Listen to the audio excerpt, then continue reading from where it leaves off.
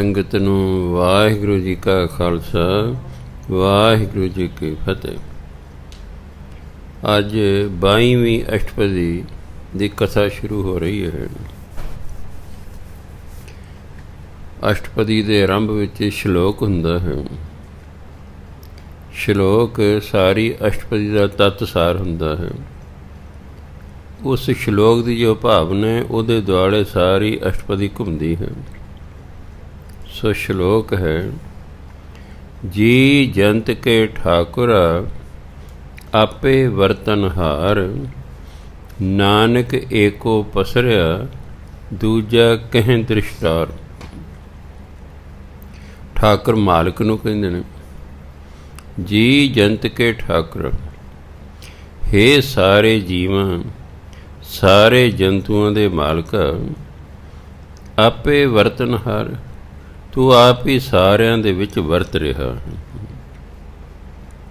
ਕਿਉਂਕਿ ਸਾਡੇ ਵਿੱਚ ਵਸਦਾ ਹੈ, ਇਸ ਲਈ ਉਹੀ ਸਾਡੇ 'ਚ ਬੈਠ ਕੇ ਵਰਤ ਰਿਹਾ ਹੈ।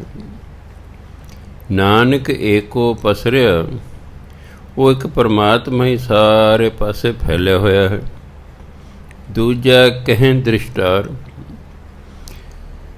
ਤਿੰਨ ਸ਼ਬਦ ਨੇ ਹਿੰਦੀ ਦੇ, ਕਹਾਂ ਜਹਾਂ ਤਹਾਂ। ਕਹਾਂ ਦਾ ਛੋਟਾ ਰੂਪ ਹੈ ਕਹਿ, ਕੱਕੇ ਨਦਲਾਵਾਂ ਨਾਲ ਬਿੰਦੀ ਹਾ ਕਹਿ। ਜਹਾਂ ਦਾ ਛੋਟਾ ਰੂਪ ਹੈ ਜਹ, ਤਹਾਂ ਦਾ ਛੋਟਾ ਰੂਪ ਹੈ ਤਹ। ਦੂਜਾ ਕਹਿ ਦ੍ਰਿਸ਼ਟਾਰ, ਵੀ ਦੂਜਾ ਕਿੱਥੇ ਦਿਸਦਾ? ਉਹ ਇੱਕ ਹੀ ਹੈ, ਉਹੀ ਸਭ ਪਾਸੇ ਪਸਰਿਆ ਹੋਇਆ। ਦੂਜਾ ਉਸ ਤੋਂ ਬਿਨਾਂ ਦੂਜਾ ਤੇ ਕੋਈ ਵਿਖਾਈ ਨਹੀਂ ਦਿੰਦਾ। ਅਸ਼ਟਪਦੀ। ਆਪ ਕਥਾ ਆਪ ਸੁਣਨੇ ਹਰ। ਕਥਾ ਦਾ ਬੋਲਣ ਵਾਲਾ, ਸੁਣਨੇ ਹਰ ਸੁਣਨ ਵਾਲਾ। ਆਪ ਹੀ ਪਰਮਾਤਮਾ ਬੋਲਣ ਵਾਲਾ ਹੈ, ਆਪ ਹੀ ਜੀਵਾਂ ਦੇ ਵਿੱਚ ਬੈਠ ਕੇ ਸੁਣਨ ਵਾਲਾ ਹੈ।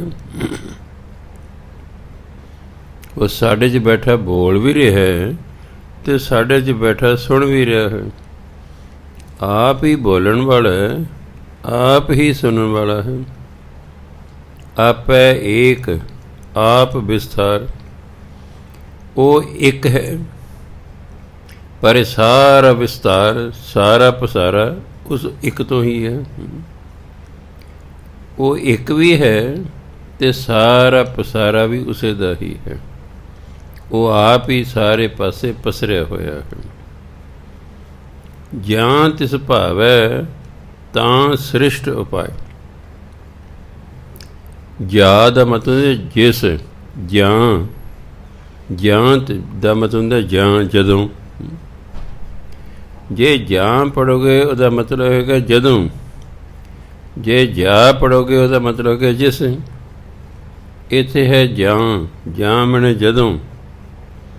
ਜਾਂ ਤਿਸ ਭਾਵੈ ਤਾਂ ਸ੍ਰਿਸ਼ਟ ਉਪਾਏ। ਸ੍ਰਿਸ਼ਟ ਦੂਜੇ ਸੱਸੇ ਦੇ ਪੈਰ 'ਚ ਬਿੰਦੀ ਲਾ ਕੇ ਬੋਲਣਾ।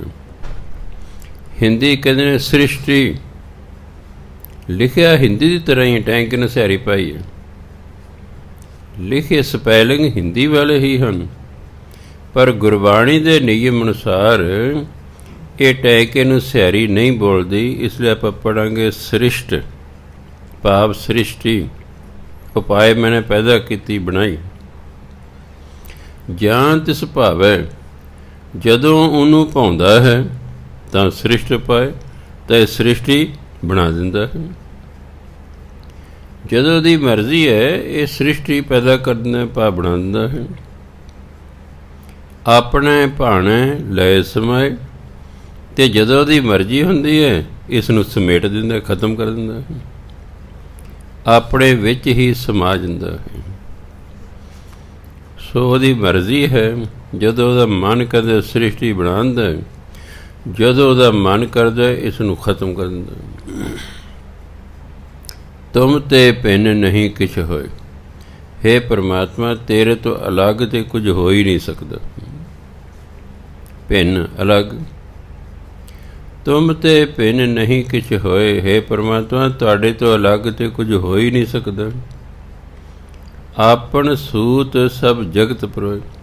ਸੂਤ ਸੂਤਰ ਹੁੰਦਾ ਧਾਗਾ। ਪਾਕਿਸਤਾਨ 'ਚ ਸੂਤਰ ਕਹਿੰਦੇ ਸੀ, ਇਹ ਬੀਬੀ ਸੂਤਰ ਕੱਤ ਰਹੀ ਹੈ। ਇੱਧਰ ਜਦੋਂ ਆਏ ਤਾਂ ਇੱਥੇ ਕਹਿੰਦੇ ਸੂਤ ਕੱਤ ਰਹੀ ਹੈ। ਮੀਨਿੰਗ ਇੱਕੋ ਹੀ ਹੈ, ਸੂਤ ਭਾਵ ਧਾਗਾ। ਇੱਥੇ ਧਾਗੇ ਤੋਂ ਭਾਵ ਹੈ ਉਹਦਾ ਹੁਕਮ, ਉਹਦਾ ਕਾਨੂੰਨ। ਆਪਣ ਸੂਤ ਸਭ ਜਗਤ ਪਰੋਏ। ਉਸਨੇ ਆਪਣੇ ਹੁਕਮ ਰੂਪੀ ਧਾਗੇ ਦੇ ਵਿੱਚ ਸਾਰੇ ਸੰਸਾਰ ਨੂੰ ਪਰੋਇਆ ਹੋਇਆ ਹੈ। ਜਿਵੇਂ ਆਪਾਂ ਫੁੱਲ ਪਰੋ ਦਈਏ ਤੇ ਉਹ ਹਾਰ ਬਣ ਜਾਂਦਾ। ਫੁੱਲਾਂ ਨੂੰ ਧਾਗੇ ਨਾਲ ਪਰੋ ਦਿੰਦੇ ਨੇ, ਫਿਰ ਕੀ ਬਣਦਾ? ਹਾਰ। ਪਰਮਾਤਮਾ ਨੇ ਆਪਣੇ ਹੁਕਮ ਰੂਪੀ ਸੂਤਰ ਦੇ ਨਾਲ ਸਭ ਨੂੰ ਪਰੋ ਕੇ ਰੱਖਿਆ ਹੋਇਆ ਹੈ। ਜਾ ਕੋ ਪ੍ਰਭ ਜੀਓ ਆਪ ਬੁਝਾਏ। ਬੁਝਾਏ ਹੁੰਦਾ ਸੋਝੀ ਦੇਣਾ। ਜਾ ਕੋ ਹਿੰਦੀ ਦਾ ਸ਼ਬਦ ਹੈ ਜਾ, ਜਿਸ। ਕੋ ਮੈਨੇ ਨੂੰ, ਜਿਸ ਨੂੰ। ਪੰਜਾਬੀ ਜੋ ਜੇ ਹੁੰਦੀ ਰਹੇ ਤਾਂ ਹੁਣ ਅਸੀਂ ਜਿਸ ਨੂੰ। ਇਹ ਹਿੰਦੀ ਹੈ, ਇਸ ਲਈ ਜਾਂ ਕੋ ਨਹੀਂ ਪੜ੍ਹਨਾ। ਕਈ ਕਹਿੰਦੇ ਜਾਂ ਕੋ ਆਏ ਸੋਈ ਬਿਹਾਜੋ, ਜਾਂ ਕੋ ਨਹੀਂ। ਕੋ ਤਾਂ ਬੋਲਤੀ ਹਿੰਦੀ ਅਤੇ ਜਾਂ ਬੋਲਤਾ ਪੰਜਾਬੀ, ਅਤੇ ਉਹ ਜਾਂ ਦਾ ਮਤਲਬ ਜਿਸ 'ਤੇ ਹੁੰਦਾ ਹੀ ਨਹੀਂ। ਜਾਂ ਦਾ ਅਰਥ ਹੋਰ ਹੈ, ਜਾ ਦਾ ਅਰਥ ਹੋਰ ਹੈ। ਕੌ ਦੇ ਨਾਲ ਜਦੋਂ ਜਾ ਤੋਂ ਬਾਅਦ ਕਾ, ਕੇ, ਕੀ, ਕੌ, ਕੀਆਂ, ਸਿਉਂ ਇਹੋ ਜਿਹੇ ਸ਼ਬਦ ਲੱਗੇ ਹੋਣ, ਫਿਰ ਜਾ ਬਿੰਦੀ ਤੋਂ ਬਿਨਾਂ ਪੜ੍ਹਿਆ ਜਾਂਦਾ।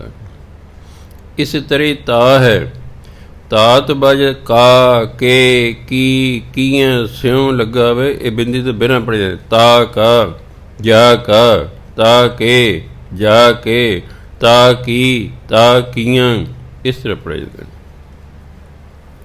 ਜਾ ਕੋ ਜਿਸ ਨੂੰ। ਜਾ ਕੋ ਪ੍ਰਭ ਜੀਓ ਆਪ ਬੁਝਾਏ। ਜਿਸ ਨੂੰ ਪਰਮਾਤਮਾ ਆਪ ਸੋਝੀ ਬਖਸ਼ਦਾ ਹੈ। ਅਸੀਂ ਪਰਮਾਤਮਾ ਨੂੰ ਨਹੀਂ ਸਮਝ ਸਕਦੇ।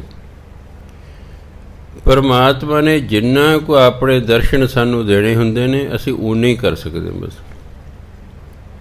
ਜਦੋਂ ਗੁਰੂ ਨਾਨਕ ਦੇਵ ਜੀ ਮਹਾਰਾਜ ਬਗਦਾਦ ਗਏ,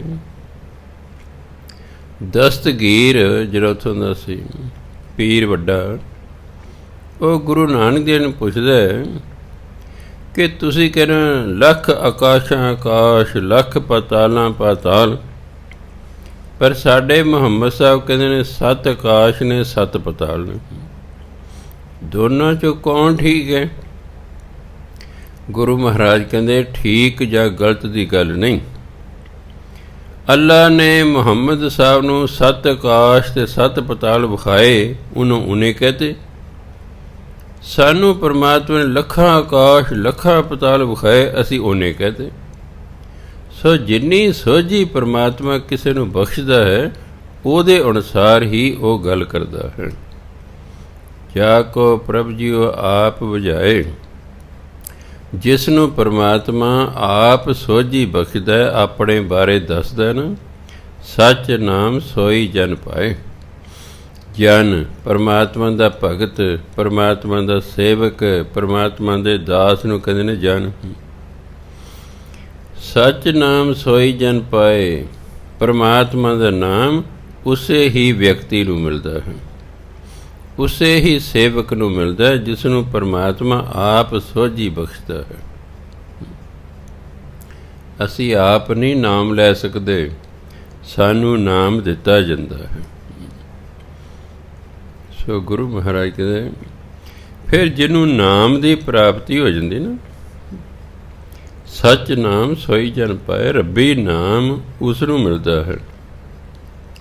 ਹੁਣ ਜਿਸ ਨੂੰ ਨਾਮ ਦੀ ਦਾਤ ਮਿਲ ਗਈ, ਸੋ ਸਮਦਰਸੀ, ਉਹ ਸਾਰਿਆਂ ਨੂੰ ਇੱਕੋ ਨਜ਼ਰ ਨਾਲ ਵੇਖਦਾ ਹੈ।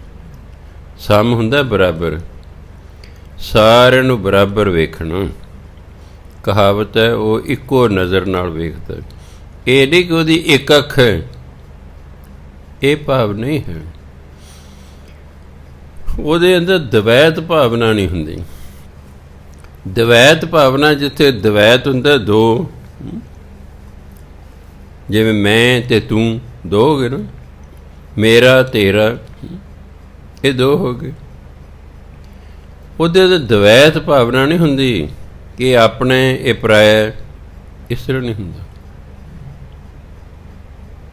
ਉਹਦੇ ਅੰਦਰ ਦਵੈਤ ਭਾਵਨਾ ਹੁੰਦੀ ਨਹੀਂ। ਉਹ ਸਾਰਿਆਂ ਨੂੰ ਇੱਕੋ ਨਜ਼ਰ ਨਾਲ ਵੇਖਦਾ ਵੀ ਉਹਦੇ ਲਈ ਤਾਂ ਸਾਰੇ ਬਰਾਬਰ ਨੇ, ਕਿਉਂਕਿ ਉਹਨਾਂ ਨੂੰ ਉਹ ਬੰਦੇ ਨਹੀਂ ਦਿਸ ਰਹੇ ਹੁੰਦੇ, ਉਹਨਾਂ ਦੇ ਵਿੱਚ ਰੱਬ ਦਿਸ ਰਿਹਾ ਹੁੰਦਾ।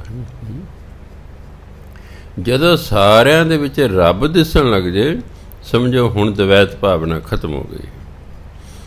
ਜਿੱਥੇ ਦਵੈਤ ਭਾਵਨਾ ਹੋਏਗੀ, ਆਪਾਂ ਕਿਸੇ ਨੂੰ ਚੰਗਾ ਕਹਾਂਗੇ, ਕਿਸੇ ਨੂੰ ਮੰਦਾ ਕਹਾਂਗੇ, ਕਿਸੇ ਨੂੰ ਆਪਣਾ ਕਹਾਂਗੇ, ਕਿਸੇ ਨੂੰ ਬੇਗਾਨਾ ਕਹਾਂਗੇ।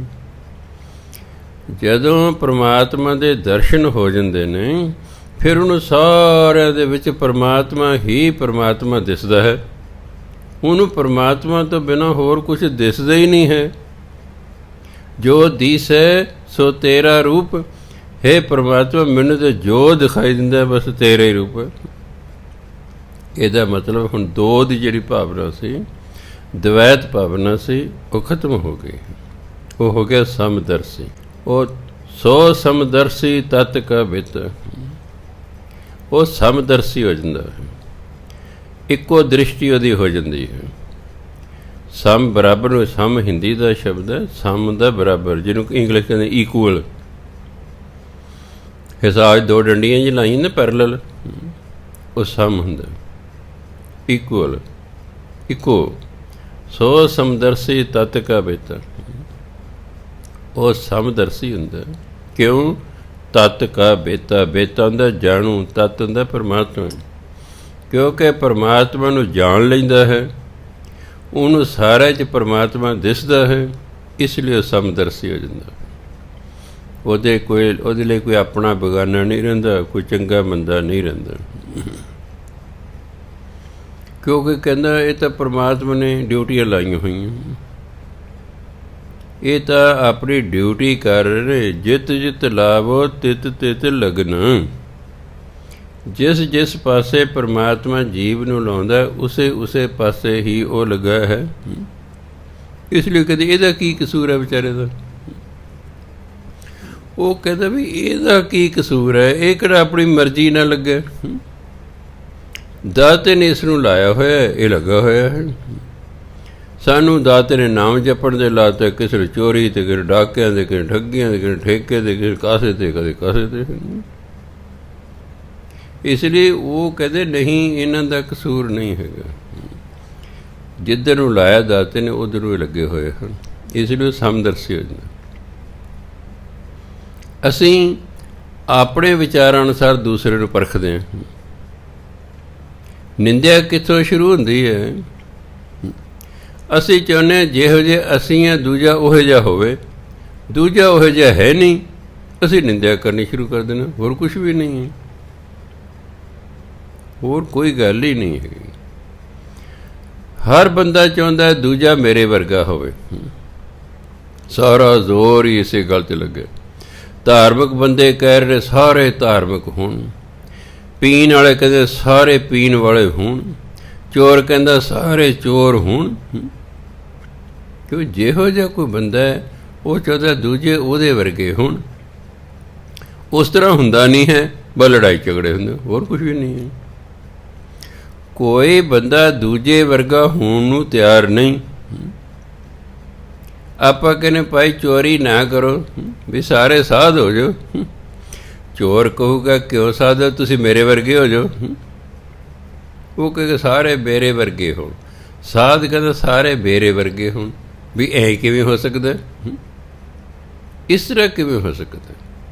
ਜਦੋਂ ਪਰਮਾਤਮਾ ਨੇ ਦੋ ਵਿਅਕਤੀ ਇੱਕੋ ਜਿਹੇ ਬਣਾਏ ਨਹੀਂ ਹੈਗੇ। 700 ਕਰੋੜ ਤੋਂ ਵੱਧ ਆਬਾਦੀ ਹੈ ਸੰਸਾਰ ਦੀ, ਕੋਈ ਦੋ ਬੰਦੇ ਇੱਕੋ ਜਿਹੇ ਨਹੀਂ ਹੈਗੇ। ਕੋਈ ਨਾ ਕਿਸ ਹੀ ਜਿਹਾ, ਕੋਈ ਦੂਜਾ ਦੂਜੇ ਵਰਗਾ ਹੈ ਹੀ ਨਹੀਂ ਹੈ। ਦੇਖੋ ਅੱਖਾਂ ਉਹੀ ਲੱਗੀਆਂ, ਨੱਕ ਲੱਗਾ, ਕੰਨ ਲੱਗਿਆ, ਮੂੰਹ ਲੱਗਿਆ, ਹੱਥ ਲੱਗੇ, ਲੱਤਾਂ ਲੱਗੀਆਂ, ਸਕੇ ਭਰਾ ਨੇ, ਪਰ ਫਿਰ ਵੀ ਦੋਨਾਂ 'ਚ ਫਰਕ ਹੈ। ਮਾਂ ਪਿਓ ਹੀ ਨੇ, ਮਾਂ ਪਿਓ ਹੀ ਨੇ। ਪਰਮਾਤਮਾ ਨੇ ਇੱਕ ਦੂਜੇ ਵਰਗਾ ਬਣਾਇਆ ਹੀ ਨਹੀਂ। ਅਸੀਂ ਜ਼ੋਰ ਲਾਣੇ ਦੂਜਾ ਸਾਡੇ ਵਰਗਾ ਹੋ ਜਾਏ। ਵੀ ਜਦੋਂ ਪਰਮਾਤਮਾ ਨੇ ਦੋ ਇੱਕ ਜੇ ਬਣਾਇਆ ਹੀ ਨਹੀਂ, ਤੇਰੇ ਵਰਗਾ ਕਿਵੇਂ ਹੋ ਜਾਏਗਾ ਉਹ? ਇੱਥੇ ਸਾਰਾ ਝਗੜਾ, ਸਾਰਾ ਝਗੜਾ ਇਹੀ ਹੈ। ਜਿਹਦਾ ਰਾਜ ਆ ਜਾਂਦਾ ਉਹ ਕਹਿੰਦਾ ਬਸ ਸਾਰੇ ਮੇਰੇ ਵਰਗੇ ਹੋ ਜਾਣ। ਦੇਸ਼ ਲਾ ਹੋ ਜਾਂਦੀ ਹੈ ਵੀ ਤੁਹਾਡੇ ਵਰਗੇ ਕਿਵੇਂ ਸਾਰੇ ਹੋ ਜਾਣਗੇ? ਰੰਗ ਦੇ ਚਾਹੁੰਦੇ ਸਾਰੇ ਮੁਸਲਮਾਨ ਹੋ ਜਾਣ, ਵੀ ਐਂ ਕਿਵੇਂ ਸੰਭਵ ਹੈ ਬਈ? ਉਹਦਾ 50 ਸਾਲ ਰਾਜ ਰਿਹਾ, ਕੁਝ ਕੁ ਲੱਖ ਨੂੰ ਮੁਸਲਮਾਨ ਬਣਾ ਸਕਿਆ, ਕੁਝ ਲਾਲਚ ਜਾ ਕੇ ਬਣ ਗਏ, ਕੁਝ ਡਰ ਕੇ ਬਣ ਗਏ, ਬਾਕੀ ਦੂਸਰੇ ਰਹੇ, ਬਾਕੀ ਦੂਸਰੇ ਰਹੇ। ਐ ਨਹੀਂ ਹੋਇਆ ਕਰਦਾ। ਸਾਨੂੰ ਇਤਿਹਾਸ ਤੋਂ ਸਿੱਖਣਾ ਚਾਹੀਦਾ ਹੈ। ਜਿਹੜਾ ਆਉਂਦਾ ਉਹੀ ਕਹਿੰਦਾ ਸਾਡੇ ਵਰਗੇ ਹੋ ਜਾਣ ਸਾਡੇ। ਹਾਂਜੀ, ਇਸ ਤਰ੍ਹਾਂ ਨਹੀਂ ਹੋਇਆ ਕਰਦਾ। ਪਰਮਾਤਮਾ ਨੇ ਇੱਕੋ ਜਿਹੇ ਬਣਾ ਹੀ ਨਹੀਂ। ਹਰ ਬੰਦਾ ਆਪਣਾ ਸੁਭਾਅ, ਆਪਣੀਆਂ ਆਦਤਾਂ ਲੈ ਕੇ ਆਇਆ ਹੋਇਆ ਹੈ। ਕਿਉਂ? ਦੋ ਸਕੇ ਭਰਾ ਨੇ। ਪਿਛਲੇ ਜਨਮ 'ਚ ਕੋਈ ਕਿਤੇ ਪੈਦਾ ਹੋਇਆ, ਕੋਈ ਕਿਤੇ ਪੈਦਾ ਹੋਇਆ, ਕੋਈ ਕਿਸੇ ਸੰਗਤ 'ਚ ਪੈਦਾ ਹੋ ਗਿਆ, ਕਿਸੇ ਸੰਗਤ 'ਚ ਪੈਦਾ ਹੋ ਗਏ। ਜੋ ਉਹਨਾਂ ਪਿਛਲੇ ਜਨਮਾਂ 'ਚ ਕਰਮ ਕੀਤੇ ਉਹ ਉਹਨਾਂ ਦਾ ਸੁਭਾਅ ਅਤੇ ਆਦਤਾਂ ਬਣ ਗਈਆਂ। ਮਾਂ ਪਿਓ ਨਾਲ ਸੰਯੋਗ ਸਨ, ਸੰਯੋਗਾਂ ਕਾਰਨ ਉਸ ਮਾਂ ਪਿਓ ਦੇ ਘਰ ਪੈਦਾ ਹੋ ਗਏ, ਪਰ ਉਹ ਆਪਣਾ ਸੁਭਾਅ, ਆਪਣੀਆਂ ਆਦਤਾਂ ਆਪਣੀਆਂ ਲੈ ਕੇ ਆਏ ਹਨ। ਦੋਨਾਂ ਭਰਾਵਾਂ ਦਾ ਸੁਭਾਅ ਕਦੇ ਵੀ ਇੱਕੋ ਜਿਹਾ ਨਹੀਂ ਹੁੰਦਾ। ਜੇ ਇੱਕ ਭਰਾ ਕਹੇ ਮੇਰੇ ਵਰਗਾ ਤੂੰ ਹੋ ਜਾ, ਉਹ ਕਹੇ ਤੂੰ ਮੇਰੇ ਵਰਗਾ ਹੋ ਜਾ, ਫਿਰ ਤੂੰ ਮੈਂ ਹੋਏਗੀ ਨਾ। ਜਿਹੜੇ ਫਿਰ ਪਰਮਾਤਮਾ ਦੀ ਪ੍ਰਾਪਤੀ ਕਰਨ ਉਹਨਾਂ ਦੇ ਅੰਦਰ ਇਹ ਗੱਲਾਂ ਹੀ ਖਤਮ ਹੋ ਜਾਂਦੀਆਂ ਨੇ। ਉਹਨਾਂ ਦੇ ਦਵੈਤ ਭਾਵਨਾ ਹੀ ਖਤਮ ਹੋ ਜਾਂਦੀ ਹੈ। ਉਹ ਸਮਦਰਸ਼ੀ ਹੋ ਜਾਂਦੀ।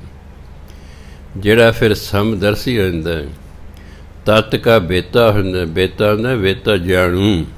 ਜਿਹੜਾ ਪਰਮਾਤਮਾ ਦਾ ਜਾਣੂ ਹੋ ਜਾਂਦਾ, ਨਾਨਕ ਸਗਲ ਸ੍ਰਿਸ਼ਟ ਕਾ ਜੇਤਾ। ਜੇਤਾ ਬਣੇ ਜੇਤੂ, ਉਹ ਸਾਰੀ ਸ੍ਰਿਸ਼ਟੀ ਦਾ ਜੇਤਾ ਹੁੰਦਾ, ਸਾਰੀ ਸ੍ਰਿਸ਼ਟੀ ਨੂੰ ਜਿੱਤ ਲੈਂਦਾ ਹੈ। ਅੱਗੇ ਕਹਿੰਦੇ ਜੀ ਜੰਤਰ ਸਭ ਤਾਕੈ ਹਾਥ, ਤਾਕੈ ਉਸ ਦੇ। ਸਾਰੇ ਜੀਵ ਜੰਤੂਆਂ ਦੀ ਜਿਹੜੀ ਜਿੰਦ ਹੈ ਨਾ, ਉਹਦੇ ਹੱਥ 'ਚ ਹੈ, ਉਹਦੇ ਹੱਥ 'ਚ ਨੇ। ਅਸੀਂ ਤਾਂ ਕਠਪੁਤਲੀਆਂ ਹਾਂ। ਜਿਵੇਂ ਮਦਾਰੀ ਹੁੰਦਾ, ਪੁਤਲੀਆਂ ਦਾ ਤਮਾਸ਼ਾ ਵਿਖਾਉਣ ਵਾਲਾ ਹੁੰਦਾ ਹੈ। ਹੁਣ ਤਾਂ ਕਦੇ ਆਏ ਨਹੀਂ।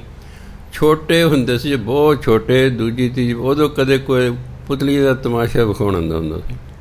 ਹੁਣ ਤਾਂ ਸ਼ਾਇਦ ਬੱਚਾ ਵੇਖੀਏ ਫਿਲਮਾਂ ਭਾਵੇਂ ਕਿਤੇ ਵੇਖੀਆਂ, ਉਹ ਮੈਨੂੰ ਗਿਆਨ ਨਹੀਂ ਚੱਲ ਗਿਆ ਪੁਤਲੀਆਂ ਕੀ ਹੁੰਦਾ ਜੀ।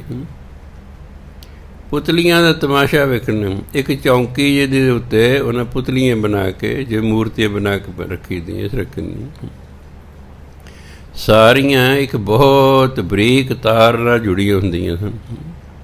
ਉਹ ਜਿਹੜੀ ਬਰੀਕ ਤਾਰ ਹੈ ਦੂਰੋਂ ਵੇਖਣ ਨੂੰ ਦਿਸਦੀ ਨਹੀਂ ਸੀ। ਉਹ ਜਿਹੜਾ ਤਮਾਸ਼ਾ ਵਿਖਾਉਣ ਵਾਲਾ ਸੀ ਤਾਰ, ਉਹਦੇ ਹੱਥ 'ਚ ਹੁੰਦੀ ਸੀ। ਉਹ ਜਿਸ ਪੁਤਲੀ ਨੂੰ ਨਚਾਉਣਾ ਚਾਹੁੰਦਾ ਸੀ ਉਹ ਤਾਰ ਖਿੱਚ ਦਿੰਦਾ ਸੀ, ਉਹ ਪੁਤਲੀ ਨੱਚਣ ਲੱਗ ਜਾਂਦੀ ਸੀ।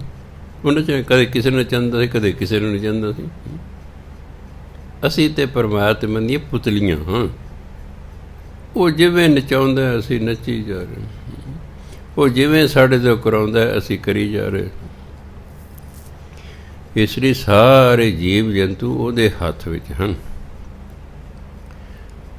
ਕਹਿੰਦੇ ਪ੍ਰਭ ਡੋਰੀ ਹੱਥ ਤੁਮਾਰੇ।